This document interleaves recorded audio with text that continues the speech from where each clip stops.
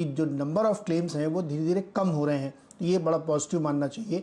Retail sales का जो आंकड़ा 7.5% का आया है, उसका कंपैरिजन लोगों ने Q1 मंथ ऑन मंथ किया, जो कि 18.5% था, और लोगों को लगा ये तो बहुत नीचे, आधे से कम आ गया।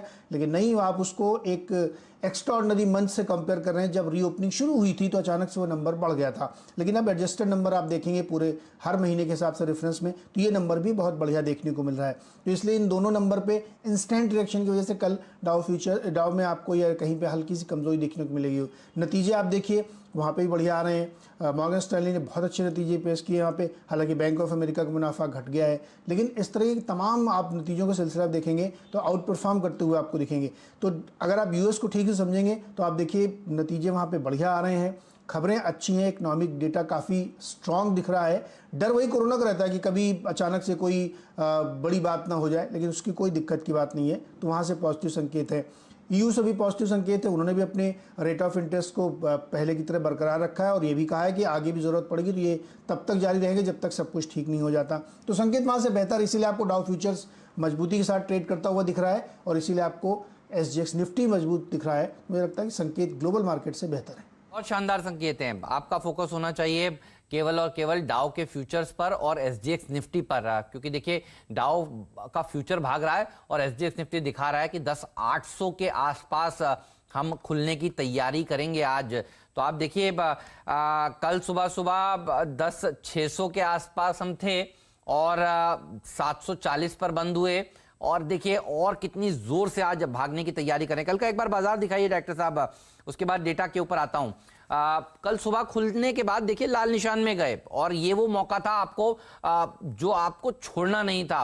और हम यही कह रहे थे कि बैंक्स के ऊपर रखिएगा नजर, प्राइवेट बैंक्स में HDFC बैंक के ऊपर रखिएगा नजर। और देखिए कल जाते जाते क्या हुआ, दिन के हाईज पर जाकर बंद हुए। और एक बार कंट्रीब्यूटर्स दिखाइए डायरेक्टर साहब प्लीज निफ्टी के, तो आप देखेंगे HDFC बैंक जैसा हैवीवेट दिन के हाईज पर जाकर देखिए समाप्त हुआ है। 2 बजे भी हम आपसे कह रहे थे कि ये वो स्टॉक है जो आपको पैसे बनाकर देगा। तो देखिए अच्छा प्रदर्शन इस स्टॉक ने दिखाया, और साथ ही IT का सहारा तो इसको मिल ही रहा था बाजार को। तो सुबह सुबह जब लाल निशान में पहुंचे तो IT सपोर्ट कर रहा था, सेकंड हाफ में कोटक और HDFC बैंक ने देखिए मदद करने के लिए आगे आए, और बाजार में क्या गजब की रैली देखने को मिली। और आज डाउ फ्यूचर्स है मजबूत तो SGX निफ्टी भागता हुआ नजर आ रहा है। बाकी के एशियाई बाजारों में भी एक अच्छी रिकवरी देखने को मिल रही है, और DIIs ने देखिए कल की गिरावट में खरीदारी करी है, और अच्छी खासी खरीदारी करी है 1660 करोड़ रुपए की। तो FIs ने 1100 करोड़ रुपए की जो बिकवाली करी वो DIIs ने सारी एब्जॉर्ब करी, और उससे ज्यादा उन्होंने खरीदा। ये एक और अच्छा संकेत नजर आ रहा है। वीरू डेटा बताइए कैसा बना है। देखिए हेमंत, डेटा अच्छा है, और करीब जो इंस्टीट्यूशनल आंकड़ों को देखें हेमंत, और उसके बाद मैं आऊँगा बेस पर कि कल के बेस की डेफिनेशन क्या है। करीब 1100 करोड़ रुपए की FIs की सेलिंग, DIIs की करीब 1659 करोड़ रुपए की बाइंग। तो कुल मिलाकर अगर आप देखें तो नेट कैश बाजार में करीब 500 करोड़ रुपए का था। इंडेक्स फ्यूचर्स हेमंत उन्होंने 644 करोड़ रुपए का बेचा, और शॉर्ट उन्होंने हायर लेवल पे किया 5600 कॉन्ट्रैक्ट का। तो वो आज पोस्ट गैप अप ओपनिंग आपको मदद कर सकता है वो शॉर्ट कल का, और करीब 3600 कॉन्ट्रैक्ट उन्होंने लॉन्ग को काट लिए हायर लेवल्स पे।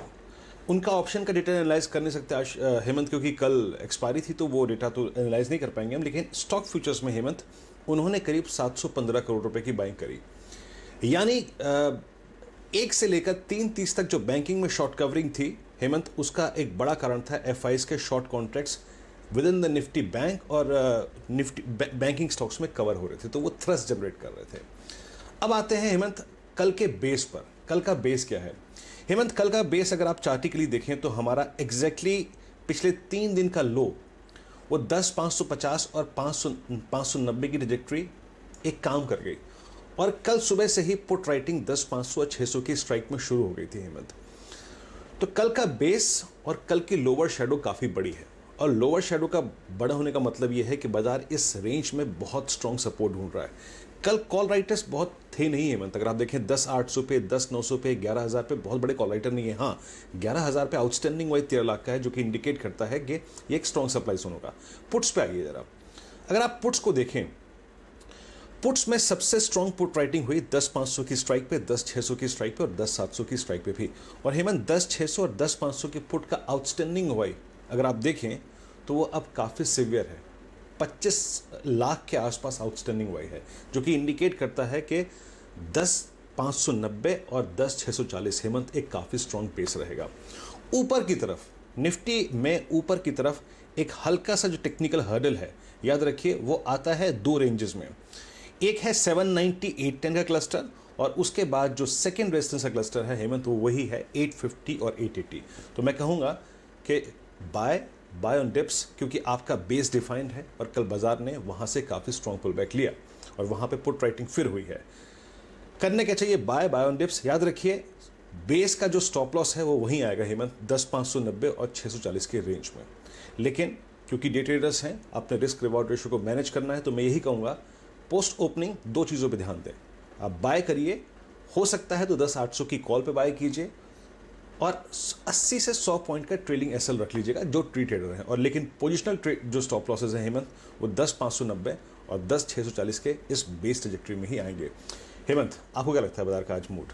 देखिए मैं कहूंगा कल के बाजार का एक बार डायरेक्टर साहब चार्ट दिखाइए। तो bulls well played, bears well tried, ये आप कह सकते हैं, सम अप कर सकते हैं कल का बाजार। और ये अगर पूरा हफ्ता देखें तो ये टेम्पलेट और ये लाइन जो है वो पूरे हफ्ते के बाजार के लिए भी बिल्कुल लागू होती है। क्योंकि देखिए बेयर्स ने बहुत कोशिश करी 10,600 के नीचे ले जाने के लिए, गए कहां तक, 10,600 के नीचे थोड़ी देर तक टिकते हैं और उसके बाद बाजार वापस से ऊपर आ जाता है। तो एक बात तो पक्की है वीरू, बाजार कह रहा है कि मुझे नीचे नहीं जाना, मुझे ऊपर जाना है। और ये हफ्ता आप कह सकते हैं कंसोलिडेशन के नाम रहा। हालांकि आज का दिन बाकी है, तो अनफिनिश्ड एजेंडा है 11,000 वाला। तो ये बात तो पक्की है कि ये पूरा होगा। अब अगले हफ्ते पूरा होगा, हो सकता है आज अगर कोई अच्छी खबर आ जाए तो आज भी हो सकता है। तो it's a matter of when not if. होना तो पक्का है, ये बात तो समझ में सबको आ रही है। क्योंकि देखिए कोई ना कोई एक नया सेक्टर आकर मदद कर देता है। ये हफ्ता आईटी सेक्टर ने मदद करी, फार्मा सेक्टर ने सपोर्ट दिया है। और अगर एचडीएफसी बैंक के नंबर्स अच्छे आ जाते हैं तो फिर देखिए ये सोमवार को भी 11,000 हम हासिल कर लेंगे, इसमें कोई दो राय नहीं है। अच्छा, एक्सपेक्टेशन इतनी कम है एचडीएफसी बैंक के नंबर से, इसलिए मैं कल भी कह रहा था, देखिए कल भी आप देखिए सेकेंड हाफ में रिकवरी आ गई। तो जब उम्मीद कम हो तो देखिए एक पॉजिटिव सरप्राइज की गुंजाइश ज्यादा हो जाती है। किसी ने नहीं सोचा था वीरू कि आईटी सेक्टर के शेयरों में इतनी बड़ी रैली होगी। आप देखिए इन्फोसिस 10% के एफएनओ में अपर सर्किट लगा रहा था कल। परसों विप्रो देखिए 10% 17% तक इंट्राडे में भाग गया। तो जब उम्मीद कम हो तो देखिए फिर प्रदर्शन बढ़िया हो सकता है। और इसीलिए मुझे लगता है कि कोशिश बहुत करी, 10,550 600 के आसपास एक बहुत अच्छा सपोर्ट बाजार ने बना लिया है और यहां पर तेजी करने की राय होनी चाहिए। तो buy on each and every dip का मार्केट है और बैंक्स के ऊपर नजर जरूर रखनी चाहिए। बैंक्स आउट परफॉर्मेंस अगर दिखाएंगे तो 11,000 जल्द ही हमारे सामने खड़ा होगा। तो एक अनफिनिश्ड एजेंडा है, ये हासिल होगा, ये बात तो पक्की नजर आ रही है। लेकिन कल के बैंक निफ्टी के मूव को देखिए, ये बता रहा है कि स्मार्ट लोग अब बैंक्स खरीद रहे हैं, बेच नहीं रहे हैं। और डीआईआईज खास तौर पर जिस तरह से उन्होंने खरीदारी करी है, ये एक बढ़िया संकेत मुझे नजर आ रहा है। क्योंकि हमारे जो डीआईआईज हैं, जो बड़े फंड मैनेजर्स हैं, वो यहाँ के घरेलू बैंकों को ज्यादा बेहतर तरीके से समझते हैं एफआईआईएस के मुकाबले, ऐसा मुझे लगता है। इसलिए मुझे लगता है कि बैंक्स में मंदी करके फायदा अब नहीं होगा। बहुत खराब खबरें हमारे पीछे आ चुकी हैं। और एक बार डॉक्टर साहब बैंक निफ्टी का आप कंपोनेंट और दिखा दीजिए, उसके बाद मैं वीरू के पास चलता हूं और समझता हूं उनसे कि कौन से लेवल्स आज के लिए इंपॉर्टेंट हैं। फिर भसीन साहब भी मेरे ख्याल में जुड़ चुके हैं, भसीन साहब के पास भी चलेंगे और उनसे जानेंगे कि वो आज मार्केट को किस तरह से ट्रेड करेंगे। तो आप बैंक निफ्टी में देखेंगे एचडीएफसी बैंक और कोटक बैंक और उसके बाद एक्सिस बैंक। तो ये प्राइवेट वाले जो बैंक्स हैं और ये मजबूत वाले जो बैंक्स हैं, देखिए ये दरअसल लीड करते हुए नजर आ रहे हैं। तो ये संकेत बहुत ही बढ़िया है। वीरू बताइए कल के डेटा को आपने किस तरह से रीड किया, खासतौर पर बैंक निफ्टी के? देखिए हेमंत, कल का अगर आप ये निफ्टी का पुलबैक देखें तो आप इसे कह सकते हैं कि इसमें सबसे बड़ी भूमिका थी निफ्टी बैंक की। कल एग्जैक्टली आपने देखा हेमंत, जब हम ओपनिंग कर रहे थे 9:15 से 9:30 के बीच में क्या हुआ, 21,000 का जो पुट राइटर था वो निकलने की कोशिश नहीं कर रहा था और उसने वो थ्रस्ट जनरेट किया शॉर्ट कवरिंग का। कल एग्जैक्टली डॉट 21,040 जो ट्रैजेक्टरी थी उसने एक पुल बैक जनरेट किया। अगर आप चार्ट्स पे देखें एग्जैक्टली वही पॉइंट था हेमंत। और कल बैंक निफ्टी की लोअर शैडो फिर एक बार बड़ी होना वो इंडिकेट करता है कि 21,000 दमखम रखता है और यहीं से बड़े दो स्टॉक फ्यूचर्स ने, कोटक ने और एचडीएफसी बैंक ने पुल बैक लिया है और उनकी लोअर शेडोज का बड़ा होना हेमंत ये इंडिकेट करता है कि ये 21,200 ये एक बहुत स्ट्रॉन्ग बेस रहेगा बैंक निफ्टी के लिए, याद रखिए। एंड स्पेशली मोर स्पेशली 21,000 एक ऑप्शन सपोर्ट है, ऊपर 21,200 और 21,340 की ट्रैजेक्टरी एक बहुत महत्वपूर्ण बेस रहेगी। ऊपर की तरफ क्या देखिए, पोस्ट ओपनिंग देखिए बाय के मोड में तो बाजार है ही हेमंत। पोस्ट ओपनिंग किस चीज पे हमें नजर रखनी है? जिस तरह से कल 21,000 पे पुट राइटर था उसी तरीके से 22,000 पे कॉल राइटर भी है, तो हमें उसे रिस्पेक्ट करनी पड़ेगी। यानी 3-4 पॉइंट है ओपनिंग के बाद जिसको आपको रिस्पेक्ट देनी है। पहला पॉइंट क्या, कल का हाई, कल बैंक निफ्टी जहां पे ऊपर का हाई लगा के गया वो है एग्जैक्टली जो 21,676 का जोन हेमंत, वो है 20 डेमा, नोट करके रख लीजिए। कल का हाई है 20 डेमा, उसके ऊपर करीब करीब 21,854 के जोन में आता है आपका 10 डेमा, तो ये हल्का सा एक रेजिस्टेंस होगा। लेकिन इसके बाद 22,000 और 22,050 पे थोड़ी सी कॉल राइटिंग है, तो हमें इन 3 लेवल्स पर नजर रखनी है पोस्ट ओपनिंग। लेकिन याद रखिए आपके स्टॉप लॉसेस ओपनिंग के वक्त थोड़े से वाइड रहेंगे, लेकिन क्योंकि आपको रूम देना है। और जब ये क्लस्टर निकल जाए, मैं इनको बार बार इसलिए फोकस कर रहा हूं, जब ये क्लस्टर निकल जाए तो अपने ट्रेलिंग स्टॉप लॉसेस को इन्हीं क्लस्टर में जो कि अभी रेजिस्टेंस है उस पर ले आइएगा। तो ऐसे अप्रोच करिए। इंपॉर्टेंट बहुत स्ट्रॉन्ग सब्सटेंशियल मूव 22,050 के ऊपर ही होगा हेमंत, वो एक स्ट्रॉन्ग सप्लाई जोन है हेमंत। ठीक बात है। चलिए, तो ये बैंक निफ्टी का डेटा वीरू ने आपको विस्तार से बताया। भसीन साहब को जोड़ लेते हैं, उनसे समझ लेते हैं कि वो मार्केट को किस तरह से देख रहे हैं। भसीन साहब, गुड मॉर्निंग। बताइए क्या व्यू है आपका बाजार पर आज के लिए और आगे आने वाले दिनों के लिए?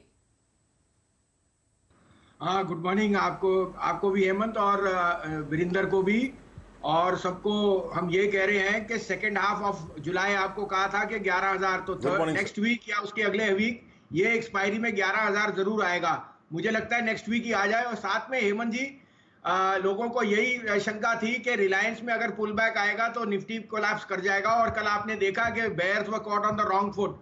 तो it is not just Reliance, the broader market is telling you कि participation is there from all sectors. आपने आईटी का, आपने फार्मा का, आपने बैंक्स कहे, आपने केमिकल्स कहे, आपने ऑटोज कहे, ये सारे पार्टिसिपेट कर रहे हैं। और ये बहुत ही हेल्दी है कि रिलायंस में actually consolidate between 1800 1900 and the rest of the market will participate. So I am very very sure कि next week hopefully we will be hitting 11,000, but उससे भी ज्यादा मैं श्योर हूं कि ब्रॉडर मार्केट की पार्टिसिपेशन इज टेलिंग यू कि ये रैली एक 3-legged रेस नहीं है, it is a very very big broader market out performance. आपने नंबर्स देखे फ्रॉम सेल, आपने नंबर्स देखे फ्रॉम सिप्ला, आपने नंबर देखे फ्रॉम फेडरल बैंक, मैं ऐसे आपको गिना रहा हूं। आपने रिलायंस के नंबर देखे, आपने कल आपको इन्फोसिस और विप्रो के नंबर आए। कहीं भी आपको पेसिमिज्म नहीं होनी चाहिए। तो ये ऑल्सो हेमंत जी, बहुत लोग कहते हैं कि this is not an institutional rally और participation is retail.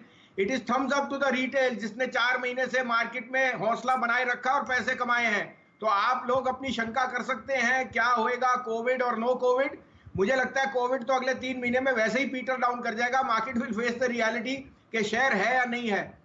So I am very very optimistic on the broader market, और 11,000 के साथ हमारी डेट पक्की है in the second half of July में। घी शक्कर सर, सब मिलकर इस डेट में पार्टिसिपेट करेंगे। और आपने जो बहुत बढ़िया बात ये कही है कि नतीजे बहुत ही शानदार आए हैं और हर तबके से शानदार आए हैं। तो किसी को उम्मीद नहीं थी कि Q1 के नंबर्स इतने बढ़िया भी हो सकते हैं। सब लोग डरे हुए थे, घबराए हुए थे, और देखिए कमेंट्री और भी बढ़िया निकल कर आई है। तो सर बताइए कहां पैसा लगाया जाए, आपके कुछ टॉप ट्रेडिंग आइडियाज भी बताइए, टॉप इन्वेस्टमेंट पिक्स भी बताइए भसीन साहब।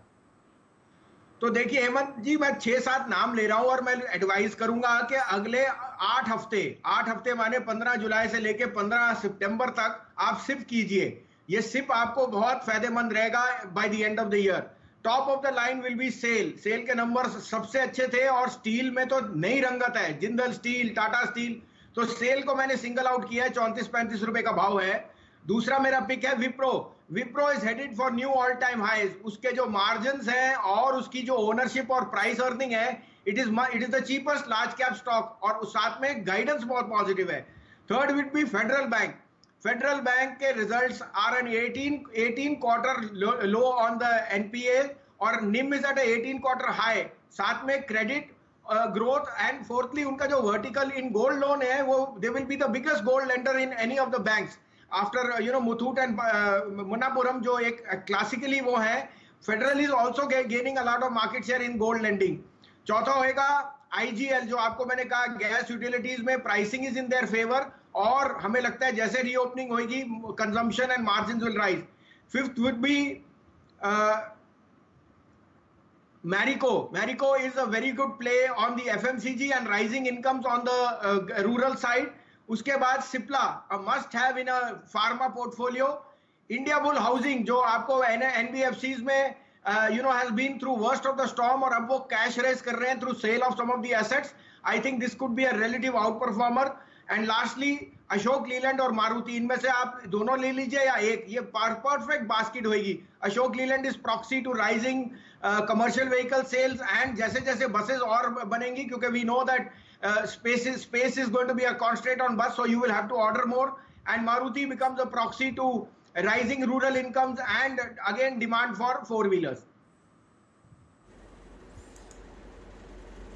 ओके तो ये है भसीन साहब की कन्विक्शन कॉल. और याद रखिए भसीन साहब ने जो एक वर्ड यूज़ किया है, इनमें वन गो में नहीं जाना है आपको. आपने नहीं सोचा ये ट्रेडिंग पिक्स नहीं है कि आज लिया और शाम को प्रॉफिट खोज रहे हैं. आपको इसमें सिर्फ करना है अगले 8 हफ्तों तक. उसमें रोज़ कुछ ना कुछ डालिए, वीकली बेसिस पे या फिर डेली बेसिस पे. आइए जरा भसीन साहब के स्टॉक्स देखते हैं. उनका पहला स्टॉक जो है जिसको मेंशन किया उन्होंने वो है अशोक मारुति ऑटो स्पेस में, देन सिप्ला, मैरिको, आईजीएल, फेडरल बैंक और सेल. इन स्टॉक्स पे फोकस कीजिएगा. और विप्रो के जिस प्रकार के नंबर्स रहे और जिस प्रकार के मार्जिन्स रहे और जिस प्रकार के, अगर आप देखें न्यू लीडरशिप विप्रो के हाथ में, ये भसीन साहब की आज की टॉप कन्विक्शन कॉल है पोजिशनल बेसिस पे with a view of SIP. हमारे साथ अब 2 पैनल में खास मेहमान और हैं. हमारे साथ राजेश सतपुते हैं, राजेश पालविया हैं.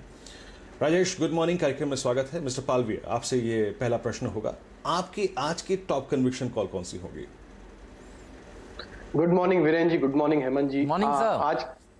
आज की मेरी जो टॉप पिक होगी वो होगी डाबर.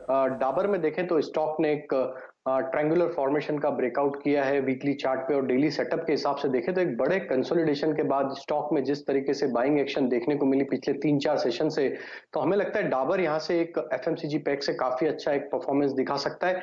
500 रुपए से 505 रुपए तक के टारगेट हमें लगता है डाबर में देखने को मिलना चाहिए. तो 480 के स्टॉप लॉस से डाबर को बाय करेंगे एफएमसीजी पैक से. और कल भी आखिरी सौदा में अगर आप हमारे साथ थे तो इस शेयर की चर्चा हुई थी. कल का बीटीएसटी कॉल भी था, आज का टॉप पिक भी है और ये स्टॉक बहुत ही गजब के मूव दिखा रहा है. दिखाइए डॉक्टर साहब पिछले 6 महीने का चार्ट. और कल हम लोग चर्चा कर रहे थे एफएमसीजी शेयरों पर आपकी नजर होनी भी चाहिए.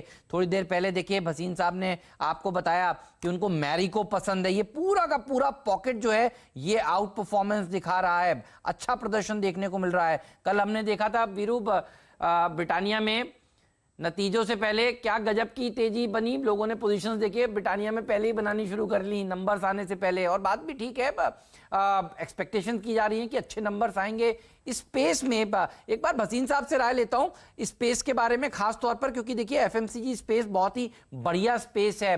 भसीन साहब आपको पूरी उम्मीद है कि ये स्पेस यहां से और अच्छा प्रदर्शन दिखाएगी, जैसे आईटी ने अच्छा प्रदर्शन दिखाया, ऑल टाइम हाईज लगाए. इसमें मैरिको के अलावा और आपके फेवरेट पिक्स कौन से होंगे ये भी बताइए प्लीज. हाँ बिल्कुल हेमंत जी, मैंने तो एक नाम लिया है, लेकिन मैं बिल्कुल राजेश के साथ सहमत हूँ. Marico, Dabur, Godrej consumer and Nestle, ये 4 का आप बास्केट बनाइए अगर आपको एफएमसीजी में रहना है. They are all the best type of brands which you have और ये आउट परफॉर्म करेंगे. वैल्यूएशन पे मत जाइए, नहीं तो आपको 17,000 पे नेस्ले जस्टिफाई नहीं होएगा. बट वो ये याद रखिए कि 10 से वो 17 होने में भी 1 साल लगा और वैल्यूएशन मल्टीप्लाई कर रहे हैं. So Marico, Dabur, Godrej consumer and Nestle are a very good basket to buy in this space. तो देखिए नेस्ले में भी कल चर्चा यही हो रही थी आखिरी सौदा में कि ये स्पेस पर आपकी नजर होनी चाहिए. तो जिसने आखिरी सौदा देखा, देखिए ये सारे स्टॉक्स कल भी डिस्कस हुए हैं और आज भी देखिए हमारे मेहमान कह रहे हैं उनको ये शेयर बहुत ही बढ़िया नजर आते हैं. आज सुबह सुबह नीरज हमारे साथ जुड़े हुए थे. डॉक्टर साहब एक बार नीरज की टीम दिखाइए. वो बजाज की बात कर रहे थे, बजाज कंज्यूमर की, और एक बार इसका इंट्राडे चार्ट भी दिखाइए। देखिए नतीजे इतने गजब के आ रहे हैं कि अपर सर्किट लग रहे हैं। देखिए शेयरों में कल 20% की रैली उस स्टॉक में देखने को मिली। पिछले कुछ दिनों से वो ये स्टॉक के ऊपर काफी बुलिश रहे हैं। तो ये वो स्पेस है अंडर जहां वैल्यूएशन है वो स्टॉक्स और जोर से भाग रहे हैं, बढ़िया प्रदर्शन दिखा रही है। देखिए 20% की तेजी कल सेकेंड हाफ में लगती हुई नजर आई है। तो ये स्पेस बहुत बढ़िया है। पालविया साहब का टॉप कन्विक्शन कॉल है डाबर, इसके ऊपर रखिएगा नजर। मुझे आश्चर्य नहीं होगा ये शेयर अगर 525 जो इसका 52 वीक हाई है, जल्द वहां पर भी आपको आता हुआ नजर आए। राजेश पालविया साहब के बाद चलते हैं राजेश सतपुते जी के पास। राजेश जी बताइए आपका top call, top conviction idea आज के लिए। Good morning Hemant. Good morning. Good morning Veeru. Good morning everyone. Hemant, मुझे आज का आपका जो वन लाइनर था वो बहुत बढ़िया लगा। Bulls well played, bears well tried. Definitely ये परफेक्ट सेंटेंस है ये मार्केट के लिए कि बेयर्स ट्राई कर रहे हैं लेकिन वो फेल हो रहे हैं। फिलहाल जो ग्रिप है वो बुल का है। हेमंत, मेरा आज का जो टॉप कन्विक्शन कॉल होगा वो रहेगा मुथूट फाइनेंस पे। देखिए कल हमने मुथूट फाइनेंस में एक लोअर लेवल से अच्छी रिकवरी देखे। सबसे बड़ी बात है, अगर आप ऑप्शंस का डेटा देखते हो यहाँ पे, तो यहाँ पे लॉन्ग बिल्डअप है जहाँ पे आपने देखा प्राइसेस बहुत up by 5.2% and open interest जो गेन था दैट वाज 7%।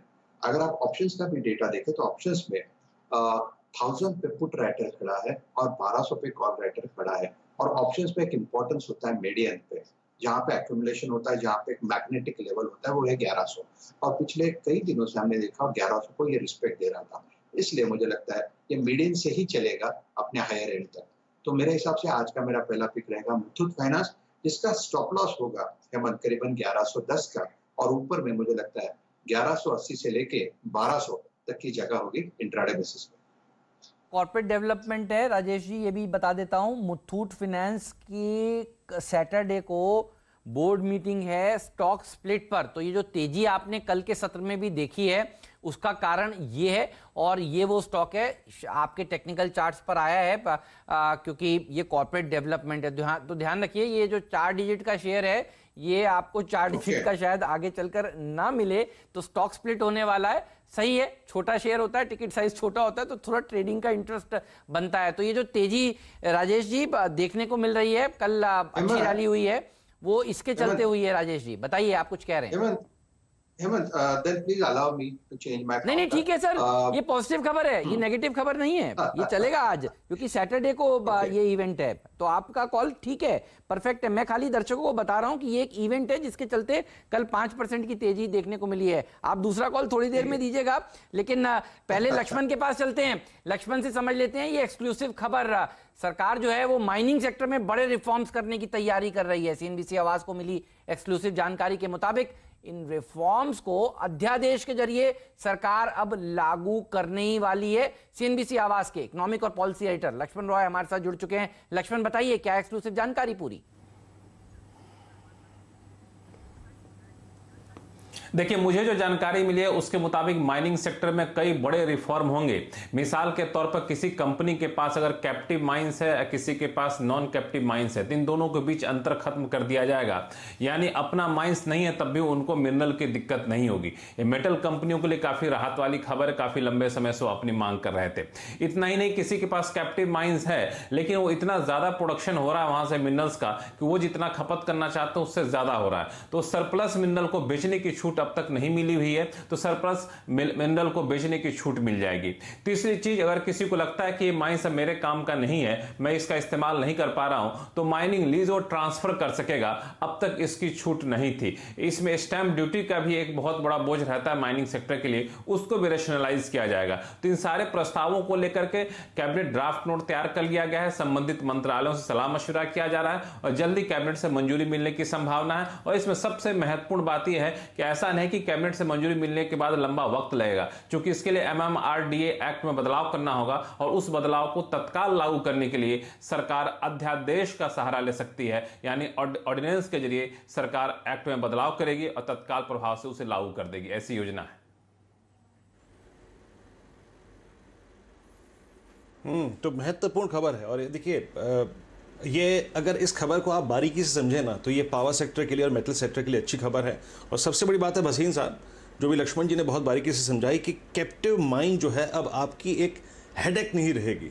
वो एसेट्स आप ट्रांसफर कर सकते हैं, और जिनके पास नहीं है उनके पास वो रिसोर्सेज खुले हैं। तो ये सबके लिए अच्छी खबर है, और आई थिंक इसको मल्टी डायमेंशनल अप्रोच की तरह देखना चाहिए। आपको देखना चाहिए पावर प्रोड्यूसर्स के लिए, आपको देखना चाहिए स्टील प्रोड्यूसर्स के लिए, आपको देखना चाहिए जितने भी वो कंपनियां जो डिगिंग प्रोसेस में होती हैं उनके लिए, वो जितनी कंपनियां जो कि इक्विपमेंट और साथ ही साथ हैवी जो ड्यूटी व्हीकल्स होते हैं उनके लिए बहुत प्रोस्पेक्टिव है इस खबर के। आप कैसे देखते हैं, और आपकी प्रेफर्ड पिक भसीन साहब इस स्पेस में क्या रहेगी? हाँ बिल्कुल, और आपको पता है लक्ष्मण रॉय के पास ये आई थिंक गिफ्ट है कि सबसे पहले जो न्यूज होती है वो सबसे पहले इन्वेस्टर्स को करता है, तो thumbs up to Laxman Roy. दूसरा मुझे लगता है कि ये जो माइनिंग और इस पे जो क्रोनी कैपिटलिज्म थी वो सारी ये खत्म हो गई है, और अब आपको फ्री ऑक्शन और साथ में ओनर कैप्टिव और non captive, that means streamlining of the entire process of metals. और उसके लिए जैसे आपने कहा ट्रांसपोर्टेशन, तो अशोक लीलैंड हो गया which is a very good proxy play for trucks and tractors and trucks on the way, for the power producer जिनको एक अनइंटरप्टेड सप्लाई मिलेगा, कोल इंडिया। लेकिन सबसे बड़ा एडवांटेज होएगा इंटीग्रेटेड प्लेयर्स लाइक JSW और जिंदल स्टील, इनके लिए सबसे बड़ा अपॉर्चुनिटी है, because iron ore mining will be is a gross one of the ingredients of steel and so on. तो I think I would put my money on Jindal steel and JSW। साथ में Virendra, China में unprecedented floods आए हैं in certain parts जहां steel का import बिल्कुल खत्म हो गया, एक्सपोर्ट, और यहां से जिंदल स्टील और JSW will report record numbers, क्योंकि एक्सपोर्ट्स इतने स्ट्रांग हैं मैं बता नहीं सकता। आपने सेल और टाटा स्टील देखे हैं, तो ये चारों शेयरों की बास्केट लीजिए, Jindal steel, JSW, Tata steel और सेल। इनमें मैं फिर रिकमेंड करता हूं 8 हफ्ते का सिप, लेकिन don't miss Ashok Leyland, it will be the dark horse of 2020।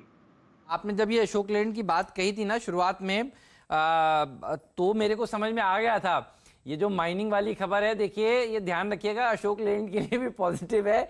Bhasin साहब अगर सुबह सुबह उठ, भसीन साहब का मैं आपको दिनचर्या बता दूं, ये सुबह जल्दी उठते हैं, खबरें वबरें देखने के बाद, एनालाइज करने के बाद उसमें ढूंढते कौन से स्टॉक पे सबसे ज्यादा असर पड़ेगा, तो खूब मेहनत करते हैं भसीन साहब। और लक्ष्मण रॉय की तारीफ करने के लिए भसीन साहब आपका शुक्रिया। लक्ष्मण रॉय अपने आप में एक पूरी न्यूज वायर हैं। लक्ष्मण जी कुछ कहना चाह रहे थे आप उस समय भसीन साहब से, मैं सुन रहा था, बताइए।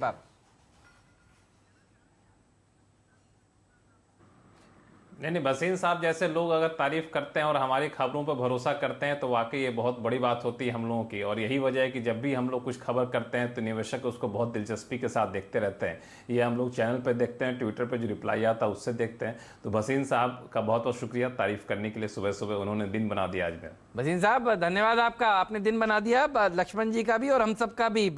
तो आपका इंडोर्समेंट के मायने हैं।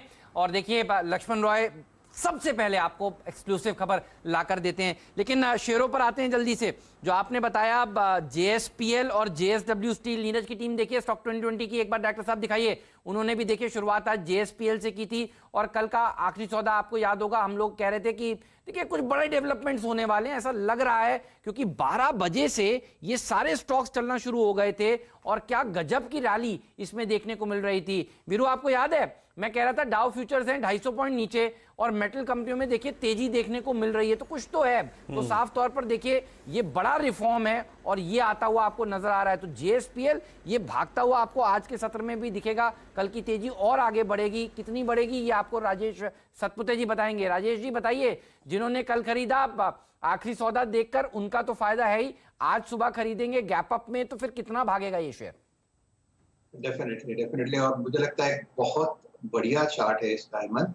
अगर आप पूरा मेटल सेक्टर देखो और मेटल सेक्टर में आउट परफॉर्मेंस देखो तो सबसे ज्यादा जो लीड कर रहा है वो JSPL ही कर रहा है। अगर कल का डेटा भी देखो तो कल JSPL में eight this level open interest was up by 14% and price was up by 6.5%। So see the aggression कि JSPL में कितना एग्रेशन है। मेरे हिसाब से हेमंत इसका जो कल का क्लोज है फ्यूचर में दैट इज एट 177, मुझे लगता है ये 190 195 की जो ट्रेजेक्टरी है इसको ये चेस कर रहा है। So at level of 177 it will be a bye.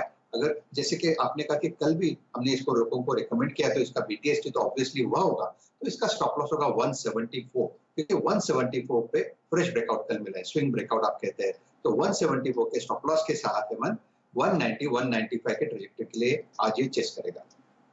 इसके ऊपर रखिएगा नजर, 190 तक के लेवल्स के लिए ये अप्रोच कर सकते हैं, लेकिन भसीन साहब कह रहे हैं उनको सबसे टॉप पसंद सेल है और ट्रेडिंग के लिहाज से आप इस खबर पर JSPL JSW स्टील के ऊपर भी दाव लगा सकते हैं। लेकिन आपने टाटा स्टील की बात भी भसीन साहब करी है। अच्छा, आज टाटा ग्रुप की कंपनियों के लिए बड़ा दिन है, टाटा सन्स की बोर्ड बैठक है। आप बताइएगा आपके फेवरेट स्टॉक्स कौन से हैं टाटा समूह में से? एक बार डॉक्टर साहब सारे स्टॉक्स भी दिखा दीजिए। आशीष हमारे साथ जुड़ चुके हैं। आशीष आपको बताएंगे थोड़ी देर में गुड बैड अगली आज कौन से नतीजे रहे हैं, लेकिन पहले आज की बोर्ड बैठक की बात कर लेते हैं। तो सबसे बड़ा समूह है, तो हमने सोचा आज क्यों ना इससे शुरुआत की जाए। लक्ष्मण की खबर के बाद सबसे इंपॉर्टेंट बोर्ड मीटिंग क्योंकि है अगर एक, तो वो टाटा समूह की है। Tata steel, Tata power, Tata motor DVR, tinplate, Tata sponge, trend, Tata global, Tata consumer, कितनी सारी लिस्टेड कंपनियां हैं और आज इनके ऊपर फोकस रहेगा क्योंकि ये बोर्ड मीटिंग होने वाली है। आशीष क्लोजली ट्रैक कर रहे हैं इस बोर्ड मीटिंग को और आशीष से समझ लेते हैं क्या कुछ निकल कर आ सकता है इस बोर्ड बैठक में से। आशीष बताइए। हाँ, तो जैसे आपने कहा आज पूरा टाटा ग्रुप आपके रडार पर रहना चाहिए क्योंकि टाटा सन्स की बोर्ड मीटिंग होने वाली है आज, जिसमें ये बोर्ड जो है, ये जो कोविड 2019 की क्राइसिस है उसमें हालात जो टाटा ग्रुप कंपनीज के हैं उसका जायजा लेने वाला है। इनफैक्ट कहा जा रहा है एक लॉन्ग टर्म स्ट्रेटजी डिवाइस करने की तैयारी हो रही है, कैसे इस कोविड 2019 की क्राइसिस से ये कंपनीज उभर पाएंगी। अब इसमें सबसे इंपॉर्टेंट कहा जा रहा है कि फंड इन्फ्यूजन की स्ट्रैटेजी वर्कआउट करी जाएगी। स्ट्रैटेजी वर्कआउट करी जाएगी डेट रिडक्शन की, जैसे कि टाटा स्टील और JLR में डेट रिडक्शन के प्लान्स पे वर्कआउट किया जाएगा। साथ साथ ये तक रिपोर्ट किया जा रहा है कि शायद ये बोर्ड जो है टाटा सन्स का टाटा पावर के इन्विट पर विचार करता हुआ नजर आएगा और टाटा पावर के डेट रिडक्शन पे। तो पूरी टाटा ग्रुप कंपनीज, लेकिन खास तौर पर Tata steel, Tata Motors, JLR के चलते और टाटा पावर, ये कंपनीज को खास तौर पर रडार पर रखिएगा। ओके, तो टाटा सन्स की बोर्ड की बैठक, आई थिंक इस समूह के स्टॉक्स पे एक बार फोकस करते हैं। भसीन साहब, आपकी राय क्या है? आई मीन देखा ना आपने कि कोविड-19 का जो इम्पैक्ट है उस पर रणनीति पे विचार होगा टाटा सन्स की इस बोर्ड बैठक में। आपकी अप्रोच क्या है? मैं एक एक करके स्टॉक्स लेता हूँ। आई मीन चाहे ऑटो स्पेस में आप टाटा मोटर्स को देखिए, टाटा मोटर्स DVR को देखिए, IT पैक में आप TCS में आइए, फिर आप चले जाइए टाटा कंज्यूमर में, FMCG स्पेस में। आपको इस बास्केट में, इस समूह में इस वक्त सबसे अच्छा प्राइस लेवल पे कहाँ एंट्री पॉइंट दिखाई दे रहा है और आपकी प्रेफर्ड पिक क्या रहेंगी इस स्पेस में? TCS एंड टाटा कंज्यूमर को आप हाथ नहीं लगा सकते। They are cash generators and I think TCS supports the whole group और उसकी वैल्यूएशन बहुत फेयर है। I don't see much valuation gap getting corrected there. But जो डार्क हाउसेस हैं जिनको कैपिटल चाहिए, वो डेट वो है जहां पे सबसे ज्यादा डेट है, particularly Tata steel, Tata motor and Tata power, और तीनों में इंडिकेट कर चुके हैं Tata sons that they are ready to put their money where their mouth is. और अगर उन्होंने देखा है तो they see maximum potential in this. Tata steel becomes proxy play to rising auto sales in Europe, और जो उसका कोरस का स्पेशलाइज स्टील का है that becomes very positive. Tata steel is also the lowest cost steel producer not in India but in the world, और इस कारण से लोकली उनको बहुत बेनिफिट है। Tata motor becomes the proxy play कि चाइना में आपने देखा एक टेयर अवे रैली आई है और मुझे लगता है चाइना की consumption GDP is far greater than जो एस्टिमेट था। That becomes a very good proxy play around 100 rupees levels, और अगर डेट रिडक्शन की कोई भी चीज आती है it would add to the bottom line. और थर्डली टाटा पावर जो अगेन प्रॉक्सी प्ले है कि वो अपना डेट रिड्यूस कर रहे हैं, core businesses non core businesses बेच रहे हैं because they want to become attractive on the distribution, और उन्होंने ओडिशा और अदर जगहों में एक्विजिशन किया है। तो तीनों शेयर्स डार्क हॉर्सेस हैं। मैं यहाँ पे भी एडवाइस करूंगा अगले 12 हफ्ते का सिप, क्योंकि these three can give high beta and high return by the end of the year. Tata Motor, Tata Steel and Tata Power for the next 12 weeks a SIP is very very good. इनके ऊपर रखिएगा नजर, और इसलिए भी रखिएगा नजर क्योंकि देखिए आज माइनिंग सेक्टर से जुड़ी हुई बड़ी खबर है, और माइनिंग वाली खबर देखिए टाटा स्टील के लिए बहुत पॉजिटिव वैसे भी है, और शुरुआत में भी देखिए इसकी बात हुई थी। तो इस स्टॉक के ऊपर फोकस होगा मेटल्स में, इसलिए भी क्योंकि इनकी बोर्ड बैठक है। और जैसा कि आशीष आपको अभी अभी बता रहे थे कि बोर्ड मीटिंग में यह तय होगा कि किस तरह से लिक्विडिटी को इन्फ्यूज किया जाएगा यूके की सरकार के साथ मिलकर। तो देखिए ये स्टॉक भी मैं आपसे कह रहा हूं कल 12 बजे के बाद इस पूरे मेटल्स में तेजी हुई है। देखिए यहां पर भी एक अच्छी बढ़त देखने को मिली है।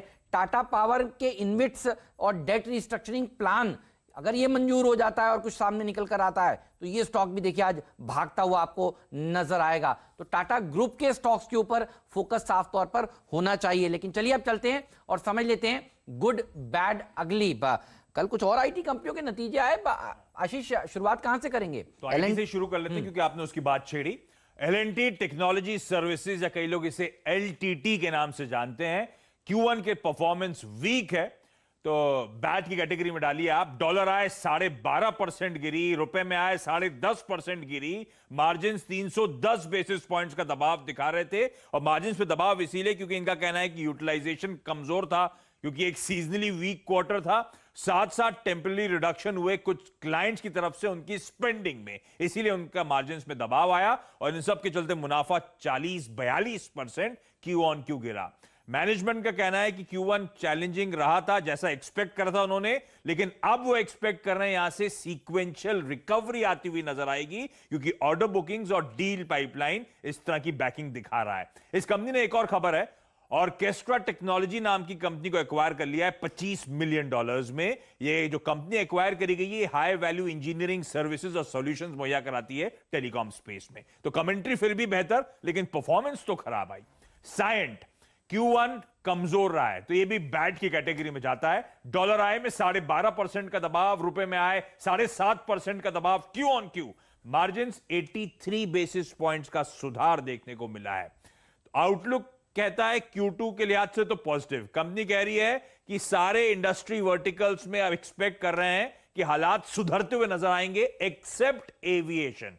पर इस कंपनी के साथ दिक्कत थी कि एविएशन में सबसे ज्यादा एक्सपोजर है इस कंपनी का और इसी के चलते इनका कहना है कि पूरे साल FY21 में डबल डिजिट डी ग्रोथ देखने को मिलेगी। यानी कि नंबर भी खराब आए थे आशीष। ये काफी क्वार्टर्स से डिसअपॉइंट कर रही है स्ट्रीट को और एविएशन तो खास तौर पे आप जानते हैं ग्लोबली सबसे ज्यादा इस पैंडेमिक का इंपैक्ट पड़ा है, इसलिए आने वाले क्वार्टर्स के नंबर्स भी दिक्कत भरे रहेंगे। और ये खुद ही कह रहे हैं पूरे साल के 10% डबल डिजिट डी ग्रोथ मतलब 10% से ज्यादा रेवेन्यूज पूरे साल में गिरते हुए नजर आएंगे। अच्छा, एल&टी फाइनेंस के नंबर्स आए हैं।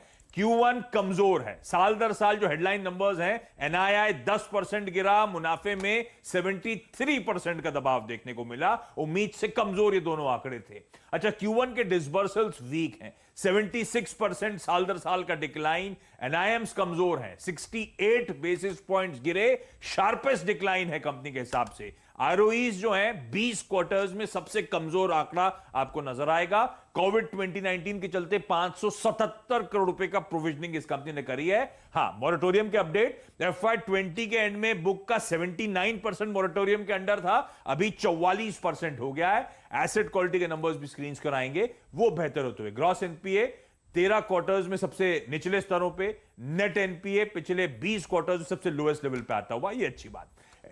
इसके अलावा AB मनी के नंबर्स साल दर साल Q1 में, ये Q1 के नंबर्स हैं, ये सारे नंबर्स जो अब तक मैंने बताए सब Q1 है। ऑपरेटिंग इनकम 2% गिरी, प्रॉफिट बिफोर टैक्स फ्लैट देखने को मिला है, लोअर फाइनेंस कॉस्ट में मदद मिली है उसके चलते। मुनाफा फ्लैट है 3.5 करोड़ रुपए में, लेकिन ब्रोकिंग इंडस्ट्री पे फोकस है तो ब्रोकिंग इनकम साल दर साल 32 से बढ़कर 36 करोड़ रुपए हुई है। ब्रोकिंग का PBIT जो है ना 26 लाख से बढ़कर 2.5 करोड़ हो गया है, ये अच्छी बात कंपनी के लिहाज से। भारत वायर रोप्स, लेकिन इसके चौथी तिमाही के नंबर्स हैं, Q4 मार्च क्वार्टर के नंबर्स अच्छे हैं, बिक्री 20% बढ़ी, EBITDA लॉस करती थी 3 करोड़ के पिछले साल, इसी क्वार्टर में 12.5 करोड़ का EBITDA प्रॉफिट कर दिया, इसीलिए मैंने कहा नंबर्स एक ऑपरेशनल टर्न अराउंड, इसलिए नंबर्स अच्छे हैं। लेकिन भारत वायर ग्रुप ने वैसे तो देखिए अंडर परफॉर्म किया है। जब से इसका IPO आया ये शेयर बहुत ठंडा रहा, लेकिन साइंट L&T टेक्नोलॉजीज आज सारे ढीले ही नंबर आपके पास हैं, नहीं? तो इनमें से किसी नंबर पर टिप्पणी आपकी भसीन साहब, कोई स्टॉक जो आपने क्लोजली ट्रैक किया और आप राय रखते हो, और साइंट के ऊपर भी बताइए क्योंकि इस स्टॉक ने बहुत अंडर परफॉर्मेंस दिखाई है। Correct, it is more dependent on certain verticals which are under stress, तो इस कारण से दिस इज अंडर परफॉर्मिंग छोटी कंपनी है, but you have to take it in under the stride कि अगर आप 2 क्वार्टर्स बैठ सकते हैं तो I think it will have a reasonable return. But यहाँ मैं जैसे आपको कहा Hemant ji, we want to stay with the large caps जहां हमें काफी वैल्यू दिखती है। विप्रो, टीसीएस, माइंडट्री, ये तीनों शेयर हमारे लिए टॉप बायज हैं। अब आप अभी लीजिए या डिक्लाइन पे लीजिए, but don't miss it, Wipro will hit new highs in 2020। Rajesh Palve ji, आपकी राय एल&टी टेक्नोलॉजी सर्विसेज पे? आई मीन अभी आपको आशीष ने नंबर बारीकी से समझाया और बहुत इंप्रेसिव नंबर्स नहीं है। एक मशक्कत करके अगर आप देखें 1050 की ट्रेजेक्ट्री से ये स्टॉक 1550 पे, यानी करीब 50% गेन देखे गया था। और ये क्वार्टरली नंबर्स आपने देखे ही जिसमें डिसअपॉइंटमेंट है। कल एक टिपिकल कैंडल रिवर्सल था एल&टी टेक्नोलॉजी सर्विसेज में। आपकी राय क्या है, कहाँ तक टूट सकता है पोस्ट दिस नंबर्स ये स्टॉक? देखिए वीरेंद्र जी, अगर हम देखें तो स्टॉक ने पिछले दिनों में एक अच्छा रैली दिखाया था। कल का जो क्लोजिंग हुआ है वो almost close near to 200 day simple moving average के आसपास आके वापस ये बंद हुआ है। हालांकि 3 दिन से ये स्टॉक उसके ऊपर ट्रेड कर रहा था, बट मुझे लगता है कि आज के सेशन में 1420 का लेवल अगर टूटता है तो ये प्रॉफिट बुकिंग और एक्सटेंड हो सकता है, जो कि इसको 1370 के जोन में लेके जा सकता है, जो कि इसका नेक्स्ट इंपॉर्टेंट सपोर्ट एरिया होगा। तो मेरे हिसाब से ओपनिंग के बाद 1420 का लेवल देखना होगा, वो टूटता है तो 1370 नेक्स्ट लेवल इसमें आते हुए दिखना चाहिए। बट अगर हम देखें तो स्टॉक का स्ट्रक्चर अगर short to medium term setup के हिसाब से देखें तो ठीक है। मुझे लगता है अगर इसमें एक करेक्टिव एक्शन आता है तो रीजनेबल करेक्टिव एक्शन के बाद इसको वापस से बाय ऑन डिप्स की स्ट्रेटेजी अडॉप्ट करना चाहिए। मुझे लगता है लोअर साइड पे 1340 1320 की जोन में अगर ये स्टॉक मिलता है तो इसे वापस बाय करना चाहिए। आज के लिए 1370 का लेवल देखने को मिल सकता है 1420 टूटने के बाद। ठीक बात है, तो नजर रखेंगे इस पे। आज ये स्टॉक दबाव के साथ खुलेगा और कल भी देखिए प्रेशर झेल रहा था ये स्टॉक, अच्छे बाजार में 1.5% नीचे ये शेयर कारोबार कर रहा था, तो इसके ऊपर फोकस होगा खुलने के बाद। लेकिन भसीन साहब ने शुरुआत में देखिए एक और बात बोली थी जो कि बहुत काम की थी। इंडिया बुल्स हाउसिंग 10,000 करोड़ रुपए के बिल्डर लोन्स बेचने की तैयारी कर रहा है और ये स्टॉक भी आज फोकस में रहेगा। चलिए आशीष से समझ लेते हैं स्टॉक्स इन न्यूज और उसके बाद इंडिया बुल्स हाउसिंग पर भी एक टेक चेक लेंगे। आशीष बताइए कहां खबरें आज? तो हमने टाटा ग्रुप कंपनीज की बात कर ली, वो फोकस में रहेंगे। हमने लक्ष्मण की एक्सक्लूसिव पे बातचीत कर ली, हमने रिजल्ट्स की बात कर ली। इनके अलावा आज नतीजे, आज भी इंपॉर्टेंट नतीजों के लिहाज से दिन, तो ब्रिटानिया, HCL टेक, ICICI लुम्बार्ड और GNA एक्सेल्स के नंबर्स आने। हो सकता है HCL टेक तो शायद इसी शो के दौरान आपको नंबर्स हिट होते हुए नजर आए स्क्रीन पर। HDFC बैंक को रडार पर रखिएगा। कल हम वीकेंड पे जा रहे हैं लेकिन आज तैयारी होगी उन नंबर्स की। हेमंत कल भी मेंशन कर रहे थे उस नंबर्स को। सैटरडे को HDFC बैंक, उस दिग्गज के नंबर्स आने हैं। PVR राइट्स इश्यू आज से खुलने जा रहा है। 784 रुपीस का ऑफर प्राइस, हर 94 शेयर्स पे 7 शेयर के लिए आप राइट इंटाइटल्ड हो। रिकॉर्ड डेट थी जुलाई 10 तारीख की। 1045 का CMP है स्टॉक का, यानी कि 25% के डिस्काउंट पे वो राइट्स वाले शेयर मिल रहे हैं। यस बैंक का जो FPO खुला हुआ था आज बंद होने जा रहा है। 12 से 13 रुपए का प्राइस बैंड है और कल तक एंड ऑफ डे सब्सक्रिप्शन हुआ था आधा, 0.53 टाइम्स, आधा सब्सक्राइब हो चुका है। कैनफिन होम्स बोर्ड मीट आज है, फंड रेजिंग पर फोकस होगा, तो डेट और इक्विटी दोनों के जरिए फंड रेजिंग की तैयारी हो रही है। अरविंद फैशंस राइट्स इशू आज बंद होने जा रहा है, 100 रुपए की ऑफर प्राइस है। कल end of day rights issue का जो पूरा क्वांटम था भर चुका है, फुली सब्सक्राइब हो चुका है। 400 करोड़ रुपए जुटाने की योजना थी। InterGlobe aviation, spice jet, international flights resume होने की तैयारी हो रही है। इंडिया ने बायलैटरल बबल साइन कर लिया, एस्टैब्लिश कर लिया फ्रांस, जर्मनी और US के साथ। अलाउ करेंगे इन दोनों कंट्रीज के बीच में, इन सब कंट्रीज के बीच में एयरलाइंस ऑपरेट करना। सिमिलर एग्रीमेंट्स हो रहे हैं UK के साथ जल्द। पर एक ध्यान रखिएगा बात, ये जो एग्रीमेंट्स हो रहे हैं सिर्फ नेशनल कैरियर्स के साथ हो रहे हैं, यानी सिर्फ एयर इंडिया ये बबल्स के बीच में, ट्रेड पैक के बीच में फ्लाइट्स उड़ा पाएगा, ना कि इंटरग्लोब या स्पाइस जेट जैसी कंपनीज। OMCs को डाप रखिएगा, HPCL, BPCL, IOC। Fuel demand गड़बड़ा गई है जुलाई के महीने में, क्योंकि इकोनॉमिक रिवाइवल जो है वो लैग कर रहा है, ध्यान रखिए। जुलाई में demand month on month diesel की 18% गिर गई वापस और पेट्रोल की 6% गिरी है, रिपोर्ट सजेस्ट कर रही है। इंडिया बुल्स हाउसिंग फाइनेंस आप लोगों ने चर्चा करी, रिपोर्ट सजेस्ट कर रही है ये अपने 10,000 करोड़ के बिल्डर लोन्स बेचने की तैयारी कर रहे हैं। इंड्योरेंस टेक्नोलॉजीज ये अपने इटालियन ऑपरेशंस को कंसोलिडेट कर रहे हैं, उसके चलते इनका कहना है 6 लाख यूरोस की एनुअल सेविंग ये कंपनी कर पाएगी। सुदर्शन केमिकल्स, इन्होंने अपने रोहा फैसिलिटी को रीस्टार्ट करने के लिए स्टेप्स उठाने शुरू कर दिए हैं। रोहा फैसिलिटी वो है जो जुलाई 1 से बंद थी क्योंकि वहां पे कुछ कोविड पॉजिटिव केसेस डिटेक्ट किए गए थे। अच्छा, 3 फार्मा कंपनीज रडार पर हैं। आज मैं अटेम्प्ट नहीं करूंगा इन दवाओं का नाम लेने के लिए, नेक्स्ट टू इम्पॉसिबल है। गनीमत होगी प्रोड्यूसर साहब अगर वो नाम लिख दें, मैं अटेम्प्ट ही नहीं कर सकता हूं। मैं करूंगा तो आप लोग हंसेंगे, मैं खुद ही नहीं प्लीज। मैंने एक बार पढ़ के हिम्मत ही नहीं करी देखने, ये लिखा है, डायरेक्टर साहब ने भी हिम्मत नहीं करी। Alkem labs, Torrent pharma, Cadila health care, इन सबको दवाओं की मंजूरी मिली है यूएस एफडीए से। पढ़ू क्या, बताइए ना। हर्षदा नियाज मदद करने के लिए ब्रोमफेनिरामीन मिलाटे और डेक्स्टोमिथोर्फान हाइड्रोब्रोमाइड। तो आपने बहुत बढ़िया पढ़ा है, देखिए हम तो इतना भी नहीं पढ़ पाएंगे। जो मैंने लिया है, भसीन साहब मदद करते तो बात अलग, लिख दिया डायरेक्टर साहब ने, अंग्रेजी में लिखा है उन्होंने। तो Alkem labs, Torrent pharma, Cadila health care, सबको इस तरह की मुश्किल दवाओं के लिए मंजूरी मिल गई है। ओमैक्स लिमिटेड और रियल एस्टेट कंपनी प्रमोटर ने 63 लाख शेयर्स गिरवी रखे हैं, ध्यान रखिएगा। आवास फाइनेंशियर्स, एसबीआई म्यूचुअल फंड ने 3,60,000 शेयर्स 15 जुलाई को बेच दिए हैं। और वायदा बैंक की लिस्ट भी लंबी है, कई सारे स्टॉक्स बाहर आ रहे हैं, उनको मेंशन कर देता हूं। इक्विटास, एस्कॉर्ट्स, माइंडट्री और सेल कर्व के बाहर आने की तैयारी। ओमेक्स से तो दूर ही रहिए, देखिए ये प्रमोटर बेचते जा रहे हैं, ये स्टॉक ने तो बहुत निराश किया। लेकिन ये फार्मा वाली खबरों पर भसीन साहब आपकी क्या राय है? अच्छा, आप कैसे करते हैं ये तो बड़े टफ नाम होते हैं, हम लोग तो सबने अटेम्प्ट कर लिए, ये नाम पढ़ने बड़े मुश्किल होते हैं, आप क्या करते हैं? अच्छा, और ये भी बताइएगा आपके पिक्स क्या है स्पेस में? तो हेमंत, नाम पे तो मैं ज्यादा जाऊंगा नहीं, because there are the proverb is used little differently, because each company has an accent, और वो उसको इस कारण से Z और Y में डिस्क्रिपेंसी रहती है। बट लीव दैट, दवा से ज्यादा असर आपको दुआ की जरूरत है, और दुआ चल रही है कि वैक्सीन जल्दी आ जाएगी। लेकिन यहाँ पे मैं टॉपिक कहूंगा सिप्ला, कैडिला और सन। सिप्ला, कैडिला, सन फिट द बिल परफेक्टली।